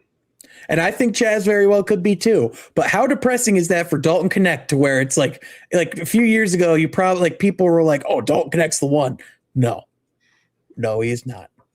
But all that to say, it's like, again, it's so tough because it's like he's the guy who's compared to my favorite childhood player. Like Isaiah Stewart's compared so closely to Ben Wallace. We've seen he is the longest tenured Piston. He is like one of the bright spots of the Troy Weaver era as far as draft picks and what they're able to secure. And he is certainly one of those guys where you love to have him on your team. You hate to be playing against him, and so. He's one of those guys where it's like, again, you want to make sure that if you're making that move, you want to make the right move, because he is one of those guys where if you had to face him in the postseason later on, he could come back to haunt you. But again, as long as they have guys who can still maintain and uphold the identity that the Pistons play with, I don't think it's something that's going to be like a massive team changing thing. But I do think that is where the risk comes in. Yeah, I'm just saying, if you do trade him, don't trade him in the East. Trade him in the West. Absolutely not trade him in the East. Especially, why would you give Boston someone like that? Why would you want the Celtics? Perfect. Yeah, absolutely not. I could totally see a team like Boston. This is hypothetical, and I saw Koo mention this. It's watch Boston plug and play Stu, and actually people saying why didn't he do this in Detroit? I could totally see Stu pick and pop 8 times a game, protect the rim, and let's say we do have to see them in a conference finals or possibly a first round of the finals, and Stu's just blocking everything in sight and talking shit. Pistons fans would absolutely hate to see that. And I don't want to do a 1-to-1 comparison, but someone had mentioned is if I see Stu in another uniform, it'll remind me when we didn't want to pay Ben Wallace to stay in the Detroit Pistons uniform when he went. Yeah, man. Yeah, man. That's kind of the worst case scenario where it's that team was still really good record wise. That team was still, still made deep runs in the postseason. They still had, the foundations of a good team, but they didn't have the punch. They didn't have the same physicality, and you could just tell even when they were a 64-win team, they were still not the best team in the Eastern Conference at that time. No, I could totally see Stu, if he goes to a different situation, I could see him on a Miles Turner trajectory where he's protecting the rim, top 5 in blocks if he's starting, and hitting anywhere from 80 to 100 threes a year, and just being a stretch big for a team. Not to mention he's basically on a mid-level exception, but it'll be interesting to see if he does get moved. It sounds like there's a lot of momentum with him possibly getting moved this season. With the anticipation of extensions with not only Jaylen Duren, but Asar Thompson as well. But we'll see what happens with that, man. We do have a Jaylen Duren topic. So there has been some smoke with Jaylen Duren a lot as well in terms of his contract extension. And Luka recently said that he's looking for an athletic center that to catch lobs. And there's a report from Dave McMenamin earlier today, and I'll read you guys the quote. And it said, the Pistons warned the Lakers over Jaylen Duren. Quote, I've already heard someone in the Detroit organization today that said, hey, tell Luka to leave Jaylen Duren alone. Sean, we talked about cap holds. LeBron's got a huge cap hold. So cap space right now for the Lakers is a negative $100 million. Yeah. But I could totally see the Lakers saying, hey, we'll give you 4,177 right now. You get a match. I could totally see them doing that. Could you? I felt like from day one, the biggest threat to the Pistons when Jaylen Duren hit the restricted free agency market was absolutely the Los Angeles Lakers. The second that Mark Williams was turned back around and told, sorry, bud, you're not going to be on the Lakers after all. That opened the opportunity again to me down the road for LA to make that call. And I mean, obviously, for one, anytime a young player is presented with the opportunity to play with the Lakers, and especially to play alongside a guy like Luka Doncic, it doesn't matter what team you're on. It doesn't matter who you're playing with. It doesn't matter even if you won a championship the year before. You're going to consider it, right? But I think where the Pistons have advantages here and where it's difficult for the Lakers, for one, like you mentioned, the salary piece of it all, the Lakers are in a very difficult position. Like, they could make it work to go out and get Jaylen Duren, but you would essentially you would essentially have all of your salary in Luka if you were to bring back Austin Reeves, AR, and Jaylen. Like all of your money would be there, and you would have like a very minimal to subpar supporting cast. And so I don't really know if that's enough to actually move the needle in the West. It certainly makes them more interesting than they are today, but I don't know if that's something where you feel, if you're Luka, like that's actually going to like get the job done. Now on top of that, the most that any team throughout the league can sign Duren for is, and you can check me on this, but I believe it's 4 years, 180 is the most that any other team can offer him. Whereas I believe the Pistons can offer him like 5 years, 280 or something like that.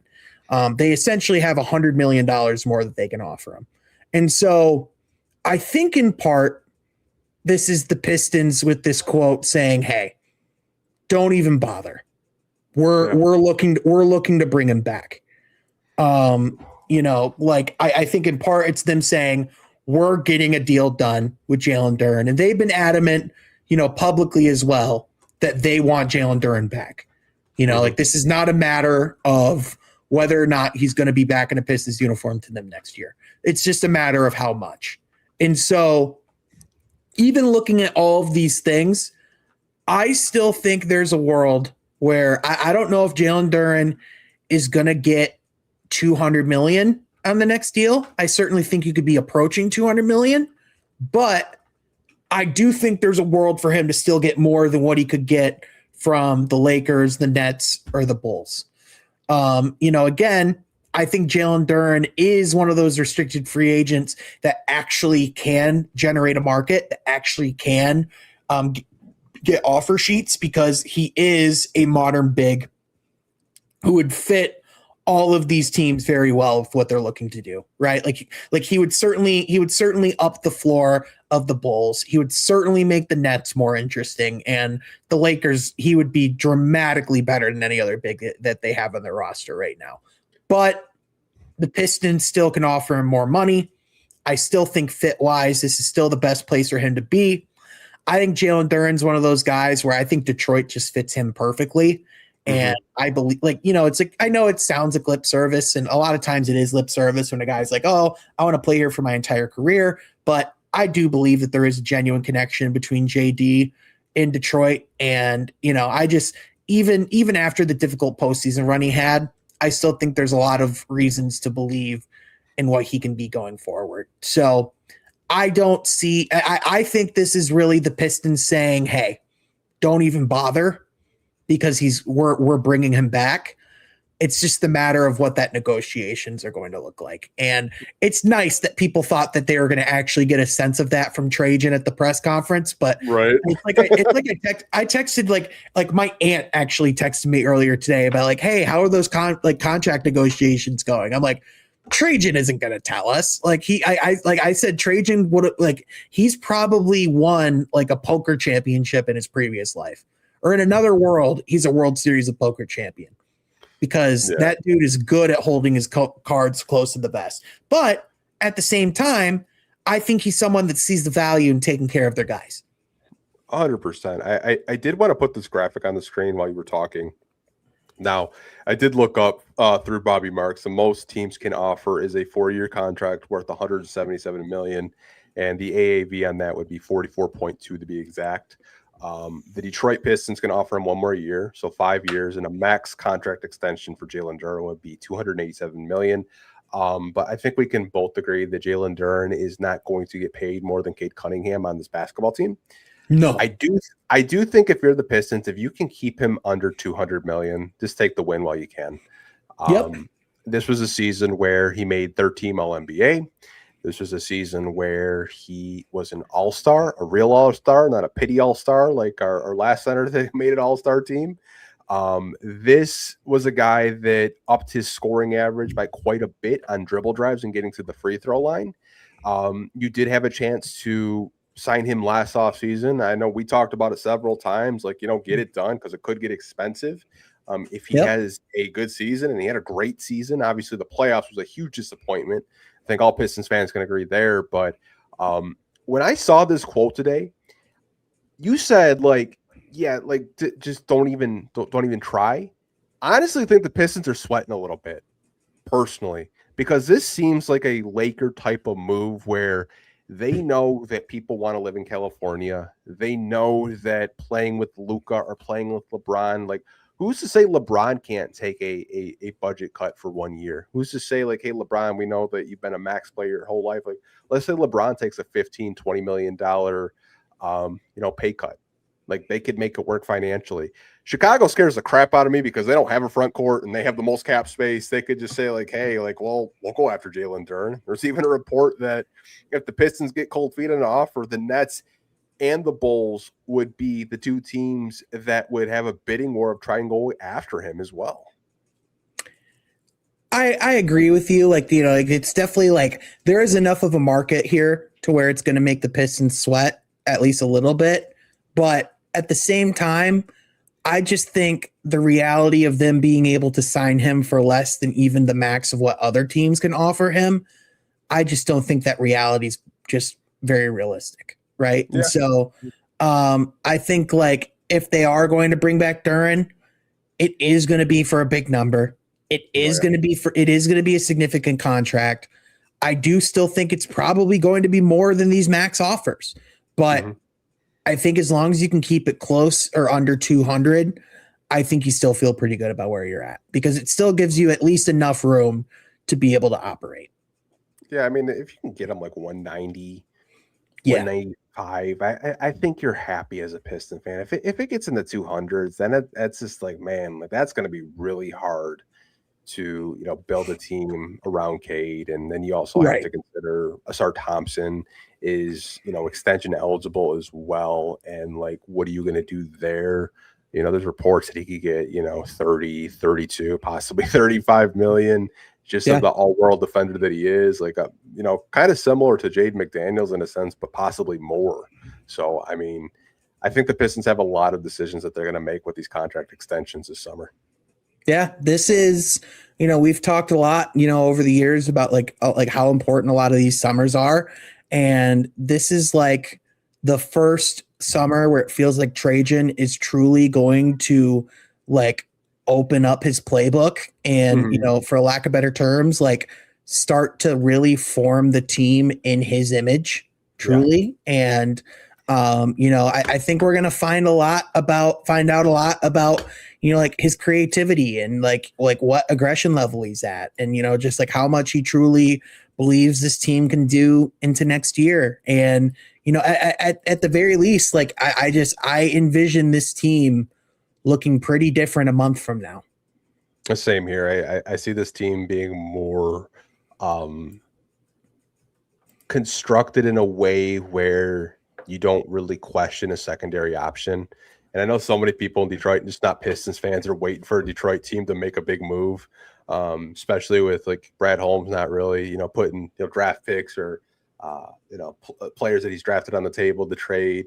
The Dylan Larkin stuff wanting out. The Tigers are just kind of the Tigers right now, even though they are winning more. I think a lot of people are looking at the Pistons to, make that big splash and that big move to, try to compete in the Eastern Conference with the 60-win season that they just had. No question. And, again, too, it's like you look at I think there's like very real, like, hey, you have a guy like Cade Cunningham, you have to maximize that window. And I think like some of the bets that you have to make is, especially with a guy like Jaylen Duren, I think something that's important to remember is as much as a lot of the things with the postseason run were on him and he just did not play to his standard. And there were moments where he just needed to assert himself more physically and, just be more assertive as a whole in the flow of the game.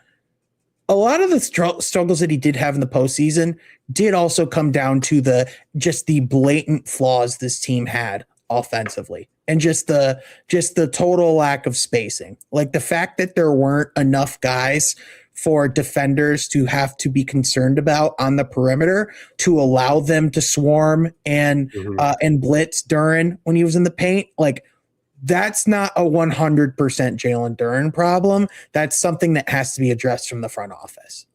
Oh, 100%. I think some people believe that we're going to let him walk. I'm not saying that the Pistons want to let him walk. I'm just saying other teams are just kind of circling and just seeing like what the Pistons are feeling and what they're going to do. If I did have to just put a take out there, I do think they get a deal done with Jaylen Duren. And I think it'll be a little bit more of a favorable deal because since Trajan has come in here with Michael Blackstone and all those guys in there, they do a pretty good job with contracts, I would say. I mean, Duncan Robinson, like an NFL contract, like a 1-year guarantee, and then the other. I don't think they're going to do that with Jaylen Duren. I'd like to, it possibly be a descending contract. Maybe pay him a little bit more in the first year. Maybe it's descending over the duration of the contract. That would be nice, but I don't know if they'll get it done like that. Yeah, I think this is a situation where enough has been put on tape and enough has shown that like this is a guy worth investing in that you're going to have a hard time getting a ton of those mechanisms into the deal. I imagine that you could still I imagine that you could put some money behind performance incentives. You could have like certain things within the within the contract itself. Like there's bonuses for for like reaching like obviously there's stuff like reaching all NBA or like reaching like a certain part of the postseason. I feel like there's like things you can throw into there that could potentially gives them some room to operate. But at the very least, like I don't think they're going to be able to do a whole lot as far as like guaranteed at the end of the contract or team. They're not going to be able to have a team option or anything like that. If there's an option in there, that's a player option. Yeah, they're not going to pull a Michael Porter Jr. contract on him, which I saw the other day. I was just like, oh, no wonder he made those comments about not trying after he didn't make an all-star team. Go look up his contract on Spot Track, you guys. You'll get a kick out of it. Or even like Zion's contract is absolutely wild. Zion's contract is freaking crazy, dude. Yeah, the check-ins that he has to hit, the goals that he has to hit, and percentages of his contract. But we have one more topic for this podcast, and I think it's actually kind of a fun topic. I think we'll have two different answers. I would assume. What can the Pistons learn from this New York Knicks championship run, in your estimation? I think so. Well, obviously, I think like a couple of things we can get out of the rip, out of the way, as far as things that will be difficult to learn is like the way the Knicks built that team is a way that I don't think a lot of teams in this league would be able to do successfully. When you talk about the amount of trades that they made, when you talk about the moves that they like, the things that they acquired in free agency, for a league that we've seen so many teams build through the draft and like successfully do it that way. This was a team that was built through trades and free agency, right? But I think if there's anything that you can take away from this team, for one, the Knicks just had a litany of guys who can handle the ball, who can make plays, who are playable on both sides of the floor. And even like Jalen Brunson, the guy who technically is your defensive liability, is someone who you kind of have to like hide on that side of the floor. he's still someone who's smart enough with the ball on the offensive side, someone that, is like capable enough, like with the ball, not forcing turnovers. But then on top of that, on the other side of the floor, you have a team that is so complementary and so like complete as far as 1 through 5, what they're able to do situationally. And I think like the big things are you need to have teams, like the resilience piece is major. Like we saw the Pistons overcome a 3-1 lead, and they overcame, like before the Knicks came out with the biggest playoff run, playoff comeback ever. It was the Pistons who set that record in Orlando, right? With that massive comeback that forced the Game 7 in Detroit. And so like there are certain things about that Knicks team that just are special and uniquely their own, right? But when you talk about like the type of team that you want, and like it's if you're talking about like a team that doesn't have like a true like quote unquote superstar, although I think the way Brunson played towards the end of that postseason run, he might have a word for that. Yeah. But like it's about having like multiple guys who you feel confident with the ball in their hands. It's like not even necessarily all the time about shooting, but it's like the variance that the Knicks can have, offensively, and then they're also able to turn that pressure on defensively too. It's just you can't help but be impressed with what they've done. So it's funny because I knew we were going to have different answers. So you were more of like the team aspect and like how they built the team. The way I was thinking of the Pistons went to 2 Game 7s. I thought what the Pistons can learn from the Knicks, not so much from a team construction standpoint, is taking care of your playoff series as quick as possible. Because we had 2 Game 7s and 14 playoff games. I think if the Pistons would have taken care of the Magic in 4 to 5 games, maybe they're a little bit more well rested waiting for Cleveland. Because by Game 7, it seems like Cade and the rest of the Pistons were completely gassed. And when I was watching the Knicks had a good week off until the NBA Finals. They took care of the Hawks, even though the Hawks, did get 2 games out of them. But I thought what the Pistons could learn is like the importance of finishing these series as quick as possible so you can get much needed rest. 100%. You saw with the Spurs too, like on the other side, like the Knicks, they had that much more rest, but like even like San Antonio, they had 2 straight really deep, difficult series to where by the time they did get to that situation, they were just insanely out of breath, and just where you could just tell the stamina was becoming a real issue for them. And I think like something about the Knicks too is just like they're kind of able to like almost like mold their style into like different ways. Like the offense that was working so well for them was when Cat was able to be a facilitator and to kind of play to be like a real like engine for them offensively with his passing and some of the things he was doing there. But then like on top of that too, just to be able to just have that option to just give Brunson the ball, get out of the way, let him work. But then even guys just like OG Anunoby too, just like the insane reliability that he had for them, and just like the real stability. It's like you had multiple guys outside of your star that you were able to rely on, and that you knew were going to contribute. And so like and the other thing too is it's like the Knicks, they had such like especially in that postseason run, they had such clarity of what their roles were. Like Mitchell Robinson knew, like he as much as he complained at times about wanting to be more of an offensive player, he knew for this team he had to be a rebounder and he had to be a rim runner. Like that's his role. You have a guy like Josh Hart, where it's like talk about like the heart and soul of the team and the heart and soul of everything you do. It's like that's a championship level role player right there, and someone who's just willing to do so many different things. And so like again, I think like if you're asking a GM, hey, what can you learn about how to build a team from this Knicks team? I think you're going to have a really difficult time, because again, there's just certain things available to the Knicks and certain advantages of being in New York that are just not going to be there for every single team. But 100%. Yeah. But if you're talking about the identity in which you want to build them, if you're talking about a template in which how you want your team to look, the Knicks certainly do have a lot of those traits. Yeah, I mean they got your guy Jalen Brunson on a really favorable deal. It helps when your star player just gives up $100 million in their contract. Like that, like, it normally helps when someone just gives up more money in a contract than some people earn in their careers. Yeah, it sounds like his next contract, he's going to get paid like the superstar that he is, because he just completely took over the finals, and especially like in the Eastern Conference Finals, like that game one when the Cavs were up 20, I was like, oh, are the Cavs actually going to steal game one? And he just goes like on a heater in the fourth where he just could not miss a shot and got to his spots and just took over. Like, obviously, when you kind of look at team construction, I don't really think it's a one-to-one comparison, especially with the new lottery, the way it is. But I do think you can learn something if you're Detroit or other teams that did watch the finals, maybe from home, of how important it is to, close out these playoff series, because whoever the freshest team is, which the Knicks were more fresh, and they just completely dominated. Like I honestly felt that the Spurs were just way too inexperienced in this final. Like, this was their first playoff series in quite some time, and they make the finals, right?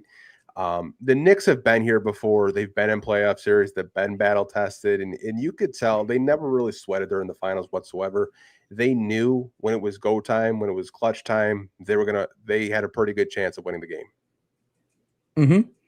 Yeah, they they had a group of guys that have gone through that pain, that even though like a lot of people are talking about like the youth of the Spurs and how it's like, well, they shouldn't be tired. Like they're all so young, but it's like people forget that these young guys have to adjust to the amount of games that you're playing in this modern league. And even though you have a lot of guys that are older on that Knicks team, they also have been through this whole thing so many more times, so they know exactly how to take care of their body. They know exactly like how to pace themselves throughout a season. And you just saw like Wemby had just no desire to play in the interior in that series from game 3 on. Like he could come out and he would, in the first quarter, like when he had his most energy, like they'd get out to these awesome starts and he would impose his will on the game, but he couldn't get close to replicating that throughout the rest of the game. And once it was on the guards of San Antonio, especially De'Aaron Fox playing on one leg against, this Knicks team that just, they're the cockroaches of basketball. You got to step on them and really make sure they're dead, because otherwise they will stay hidden. They'll stay in the light, or they'll stay out of the light. And all of a sudden you'll look up at the scoreboard and be like, wait, what the hell? They're back in this. Yeah. It's their resiliency is something that I do admire. It's just like a basketball fan, obviously as a Piston fan. Anytime we saw them, like I would have loved the Eastern Conference Finals of Pistons Knicks, because I know it would have been an absolute dogfight and it's just an absolute war between both of the teams. Two teams in the East that I think are just going to be around for several years, of just like competing in the East, trying to get to more NBA Finals. I thought it was a good learning experience for the Pistons to you won your first playoff series. You got to the Eastern Conference semifinals. You were one game away from possibly making the Eastern Conference Finals. Pretty successful season for a team that really didn't have too many expectations, nationally or even locally. Like a lot of us were like, yeah, if we can maybe finish as like a top 5 or a top 4 seed and win a first round series, that's success to us. But like obviously that did change a lot. As the season did progress and go on. Well, and a stat that like something that we talked about on From Half Court, pretty shortly after, like going back and like looking at the history of like the Bad Boys, even like, do you know when Bill Laimbeer and Isaiah Thomas started playing together? I don't off the top of my head, no. They traded for Bill Laimbeer in Isaiah's rookie year, 1982, okay. And so. If you look at that, it took them 7 seasons playing together until they won their first championship. Like throughout the mid 80s, obviously they had those battles with the Celtics in the postseason. And they had those runs where they just like couldn't quite get over the top. They got to their first finals in 88, but it's like all that to say, like, the Spurs are very much the exception to the rule of just like, oh, the first time we get here, we're going to make the finals.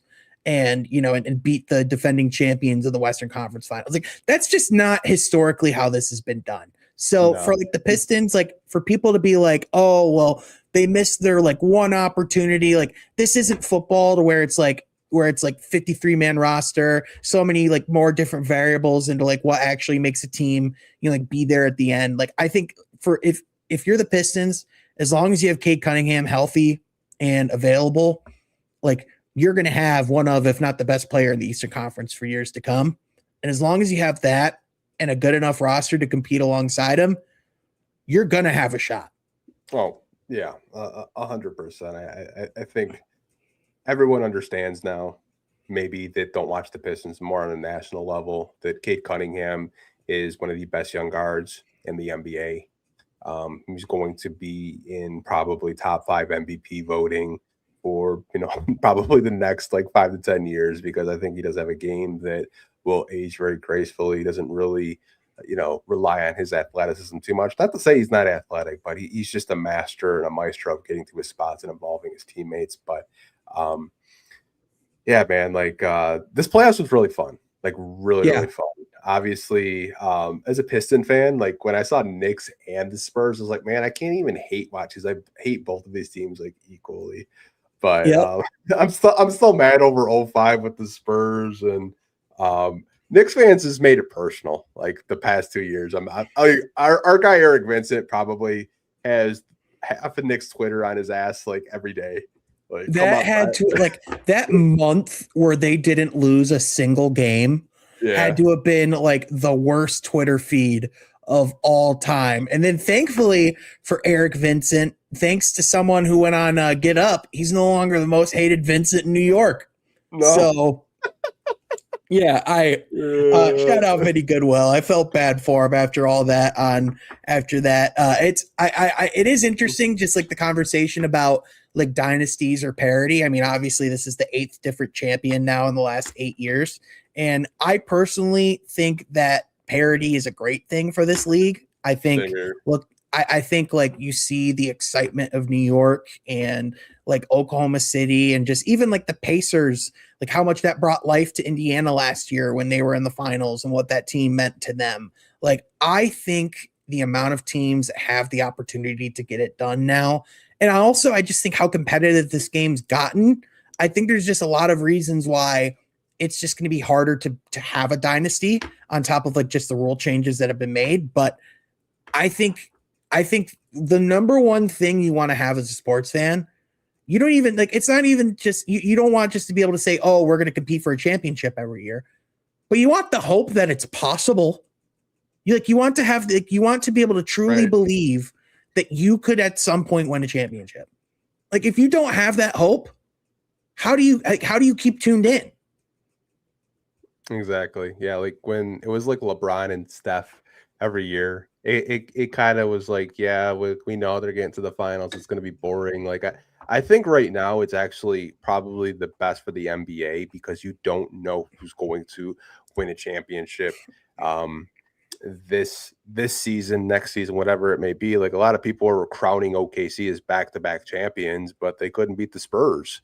And like what I remember, like no one gave the Knicks a shot against the Spurs. Like I thought the Spurs were just going to win a championship. Everyone said like, the champion's going to come out of the West, and then the Knicks just played some of their best playoff basketball. They were just on an absolute heater offensively, and they win their first title in over 50 years. I'm kind of surprised New York wasn't on fire more than it actually was. I thought New York would still be on fire to this day because, like, I know how crazy Knicks fans are, but I mean, it was a pretty good NBA playoffs, I will say. Do you have time for like maybe one or two questions that people have asked? Yeah, absolutely. Awesome, man. Awesome. Appreciate you. Just got some House of the Dragons to watch after this. Otherwise, I'm chilling. Man, I've been catching up on My Hero Academia, the eighth and final season, man. That's my show right now. Heck yeah, man. Let's see. This is a draft question. I don't know I know you said you're not like too much in the draft, but it's kind of a vague question. If the Pistons were able to move up, what could they realistically trade up to in the draft? So you want to go first or you want me to take it? Yeah, I think if they were to trade up in the draft, I'm not sure about you, but like I think it would be pretty difficult to move into the lottery itself. I Hmm. think if they were to move up anywhere, I think like 16 would be in play.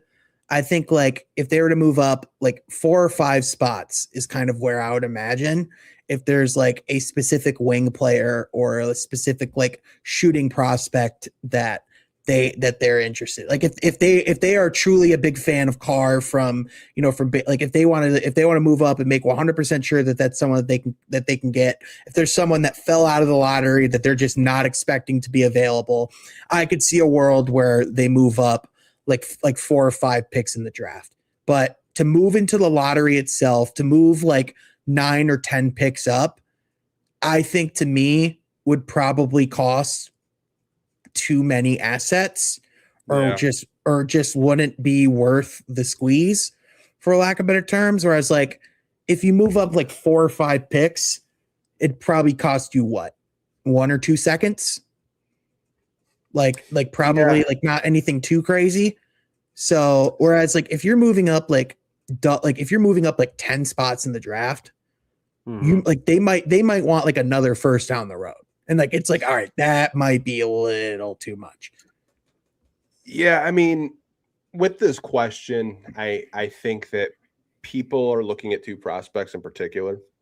I think they're looking at Yaxel Lendeberg out of Michigan, Yep. and I think that they're looking at Cameron Carr out of Baylor. Yep. Now, to your point, Yaxel is projected to go top 12. Who has the 12th pick? Oklahoma City. Yeah. Oklahoma City has said that they possibly are looking to trade into the Clippers pick, possibly. Mhm. Never know. They do have 12 and 17, or just trade out of it completely because they only have one roster spot. And like you had mentioned earlier, they're going to be a team that is going to be extremely expensive with Chet Holmgren and Jalen Williams, J-Dub being on $41 million cap hits next year. They have to Um, consolidate their picks. They yeah, literally have to. I would say OKC to me would make sense. And Mhm. I hate that I'm bringing this up again because it just makes so much sense for OKC to do this.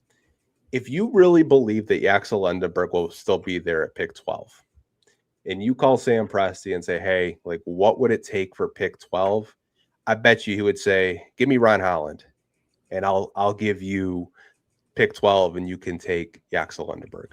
Ron Holland, to me, is just a perfect OKC fit. I think he would fit within their system. He could just be a defensive glue guy for them off the bench. But I think that's what it would take. It would take, Ron Holland, maybe a future first. You have 15 seconds. I don't know if OKC wants any more draft picks, but I think for Yaxel, you're going to have to give up something of value.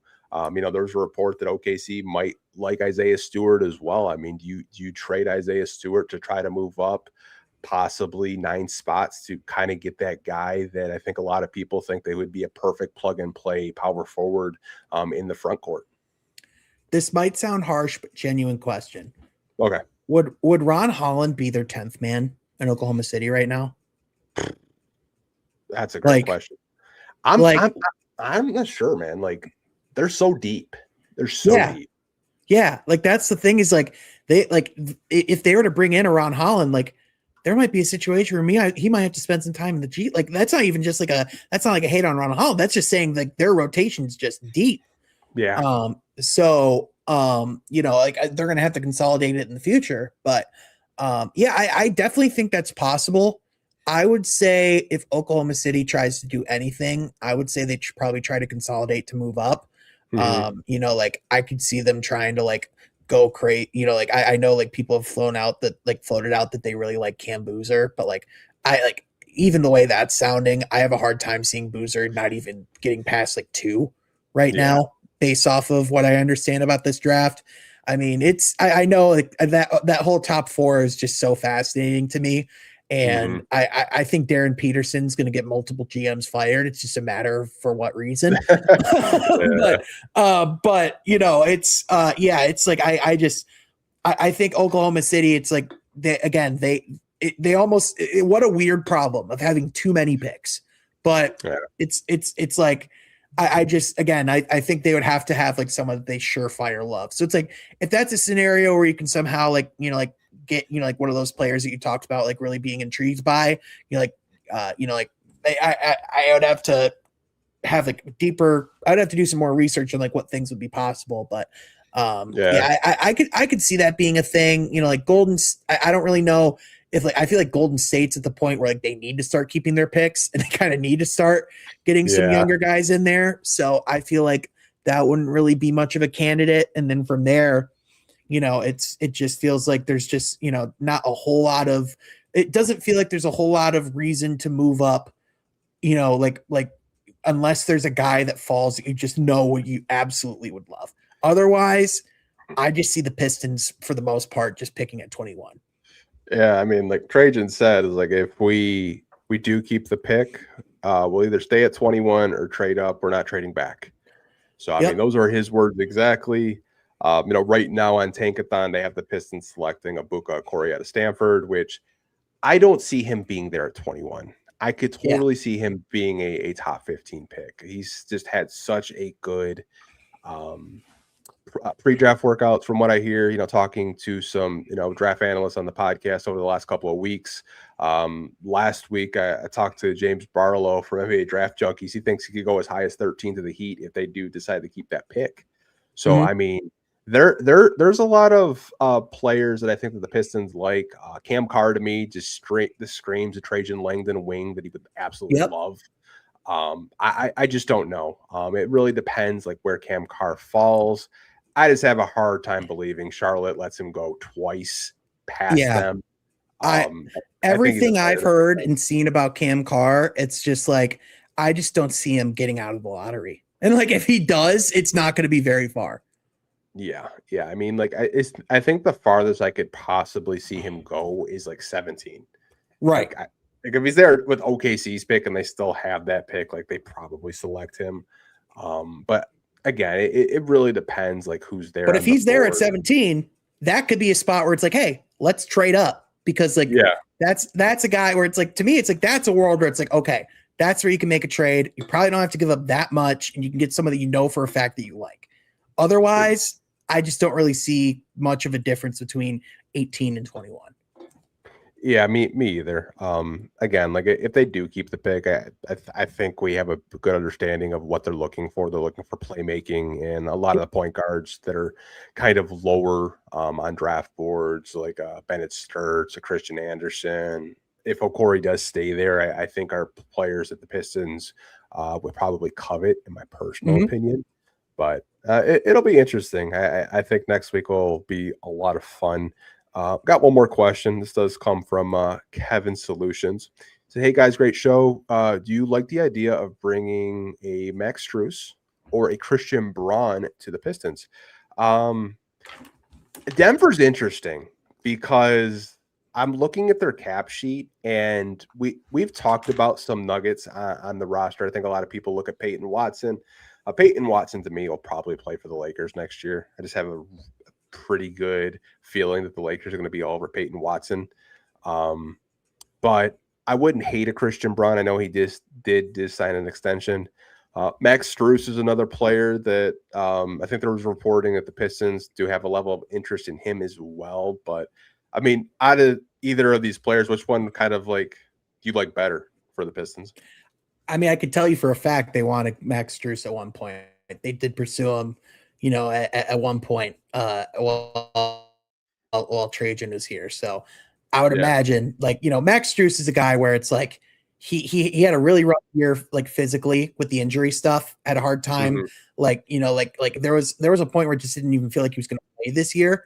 And then for him to like come in and do what he did in the postseason was just nothing short of remarkable. And Christian Braun is just another guy too, where it's like, he would certainly make a lot of sense. Like he's kind of like, it hasn't necessarily always been like the best of times for him. It hasn't always been like the most consistent while he's been in Denver, but at the same time, he certainly kind of fits the mold of like the type of like off ball, like catch and shoot type of guard who can, who's like reliable enough defensively. The contract isn't horrible. It's maybe a little more than what you would want to be paying him, but Like I think both these guys make a lot of sense. It's just it would be a lot more difficult to make the trade with Cleveland because as they're currently a second apron team, there's just a lot more like you have to make the money match pretty much within hundreds of thousands of dollars. And it's like they kind of stumbled into the James Harden trade because it just lucked out that Darius Garland and his money just kind of matched up the way that it did. So whereas with Christian Braun, like I believe Denver right now is in the first apron. And like part of why they would move Christian Braun is to try and open up the room to sign back Peyton Watson. So it would have to be some form of deal where Detroit would have to be taking on more salary and they would be giving back. So that would be kind of the one thing is I know the Pistons are trying to be cap conscious themselves. And I mean, literally James Dolan compared being in the second apron to suicide, to like NBA front office equivalent of suicide. So if you want to talk about like how people view being in the second apron and being too deep into that, just to give you an idea, that's how people view it. So even for a championship team to say, yeah, we'd rather it's suicide to be in the second apron. That tells you everything you need to know. Yeah, I think if we're just talking about players, like I think Max Strus makes a little bit more sense than Christian Braun, right? Just because of the contract, and obviously he didn't have the best playoffs, but he's still a good player. But to your point, like the second apron with Cleveland, Detroit doesn't have that much cap space to absorb money to help them possibly navigate out of the second apron. They just don't. They're a team that's going to get pretty expensive pretty quickly too. But if we're just saying like what player we like better, I think we both agree that Max Strus is the better player for at least the Pistons, in my personal opinion. Though. Right. If you're just talking ideal world, which guy you could bring in a vacuum, Max Strus is absolutely the guy. It just gets a lot more complicated when you look at the rules and restrictions that are in place. Currently, Max Strus going into next year, he's going to be making about $16.6 million. Mm-hmm. So do you really want to trade Isaiah Stewart to the Cavs? Right. Do you really want to let your conference rival have Isaiah Stewart? I don't. Yeah, personally. Me also, I did see someone ask me earlier what this hat is, and I feel the need to educate and say, this, of course, is the retro West Michigan Whitecaps logo from the 90s. And I got this hat last year at a game that Lindsey Hunter actually threw out the first pitch at. So shout out my guy, Lindsey. But yeah, no, I got this. This is a West Michigan Whitecaps hat. Absolutely goated minor league team. Coolest branding. Thank you for coming to my TED Talk. I was going to guess it was a Whitecaps logo. Yep. I know it's the basketball podcast, but I will say AAA logos or double A logos have some of the best logos and the best hats I've ever seen. Dude, minor league in general. This is single A, and the Whitecaps just got their swag on swag, man. It's wild. Like don't get me wrong, like the English D is a classic, but this is pretty freaking sick too. Yeah. I just want to take a picture before we end this podcast because we have 1,900 people in this podcast right now. We've been on for 2 freaking hours, man. Like that is incredible, man. Absolutely incredible by Pistons fans. Tapping in on Twitter, tapping in on YouTube, and on Facebook. But before we do wrap the show up, I do want to give you the floor to plug and promote where people can find you. I know you're just everywhere, having a podcast talking about shower loofahs. Like it's just Oh man, yeah, that show, when that show starts coming out, that is going to be quite something, man. But yeah, you can follow. I mean, obviously, first and foremost, we're still doing content over on From Half Court, so be sure you go and subscribe over there. We're going to be doing all sorts of coverage, throughout the off season here as well. We're going to have you back on soon, by the way, my man. It's been too long, and would be fun to chop it up over there as well. But you can also follow myself on X at Sean Half Court. Also be sure, you go and follow Legacy Sports Detroit on all social media platforms, and stay tuned. Got the new show Yap Artist coming out here pretty soon with Trey Murphy, super funny guy. And we recorded an episode with Lindsey Hunter as well. And I can tell you that episode is freaking hilarious, man. Lindsey is such a funny dude. And so really excited to be a part of what's going on over there. And yeah, man, excited to always be on here with you as always, man. So thanks for having me. And hey, now that we live like closer to each other, like we do got to find a time to like grab some food or just like hang out like in real life at some point. It'd be fun. I think you're only about an hour, maybe 45 minutes from me now. So you're pretty hop, skip, and a jump. Yeah, we can meet halfway. Yeah, I mean, we'll go to a Tigers game or something. Yeah, it'd be fun. Yeah, get drunk. I mean, I don't drink, but I could be I could drive you home. I don't drink either. I am probably the worst drunk on the face of the planet. Like one sniff of the cap, I'm gone, man. You don't want to see drunk me. Oh, that would be quite the sight. Yeah, the cameras would be out because people would be like, "Oh, is that who I think it is?" But definitely go support Sean if you haven't. From Half Court, really funny guy. I will say before we do, both of us have had banger tweets this week. You had one about Giannis and where he was going to eat Chipotle. I had one unironically, which I do want to put on the screen because everyone thought I was talking about the girl next to Zach LaVine when I wasn't. I'm sure you probably saw this. So, like, this is World Cup, right? And I was like, are those what I think they are? And everyone thinks that I'm talking about this girl next to Zach LaVine, but I was talking about Zach LaVine. You should read some of the comments in this, bro. I was on the floor. Absolutely on the floor. Very clearly talking about the buffs my guys got on over here, and they think they think your mind's in the gutter. No, like I was talking about the Cartiers and Zach LaVine. This was like maybe 6 hours after the Mark Stein report, and he just decides I'm going to wear some, him and Paolo Banchero are in the same booth watching the FIFA World Cup right now. He's like, I'm just going to put these Cartiers on right now just for the hell of it, just to stir the pot a little bit. I was like, are we doing this? Your Giannis one was funnier though. I'll just say that. Still can't believe it's up to 7,500 likes now. It's stupid. What makes it funny is you tag Koo as a source. Like Koo's mentioned probably like, what the dude, he's gotten Polymarket hoops. He's gotten everything he says now is getting aggregated. So I'm like, well, better add my little fun into the mix. No, don't let Ballsack Sports or NBA Central find the memes that Kingy post of them. It'll be over. Don't let it, because people will have a field day with those. Shout out to Locked On Pistons. Shout out to Koo, man. Does a great work over there. But the fact that you tagged them in a blue that I saw it, I was just like, I saw it this morning. I was like, oh, that's funny. And then like I saw it like more. I was like, oh shit, that's a banger. Yeah, I didn't realize it was gonna bang like that. It's crazy. But we will see you guys sometime next week.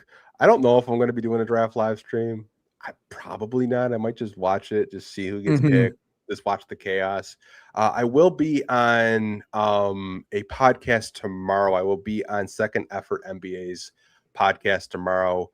Brand new, up and coming Detroit Pistons content creator. So definitely go check them out as well. But I'll be on his podcast, I believe, at 8:00 tomorrow. I'd have to check. I don't know. I'm getting booked, man. It's crazy. It's crazy around here, man. It's just like I got to do my media tour, I guess. Yeah, there you go, man. All right. Well, we'll see you guys next week. Hope you guys have a great rest of your weekend. And always, go Pistons. Peace.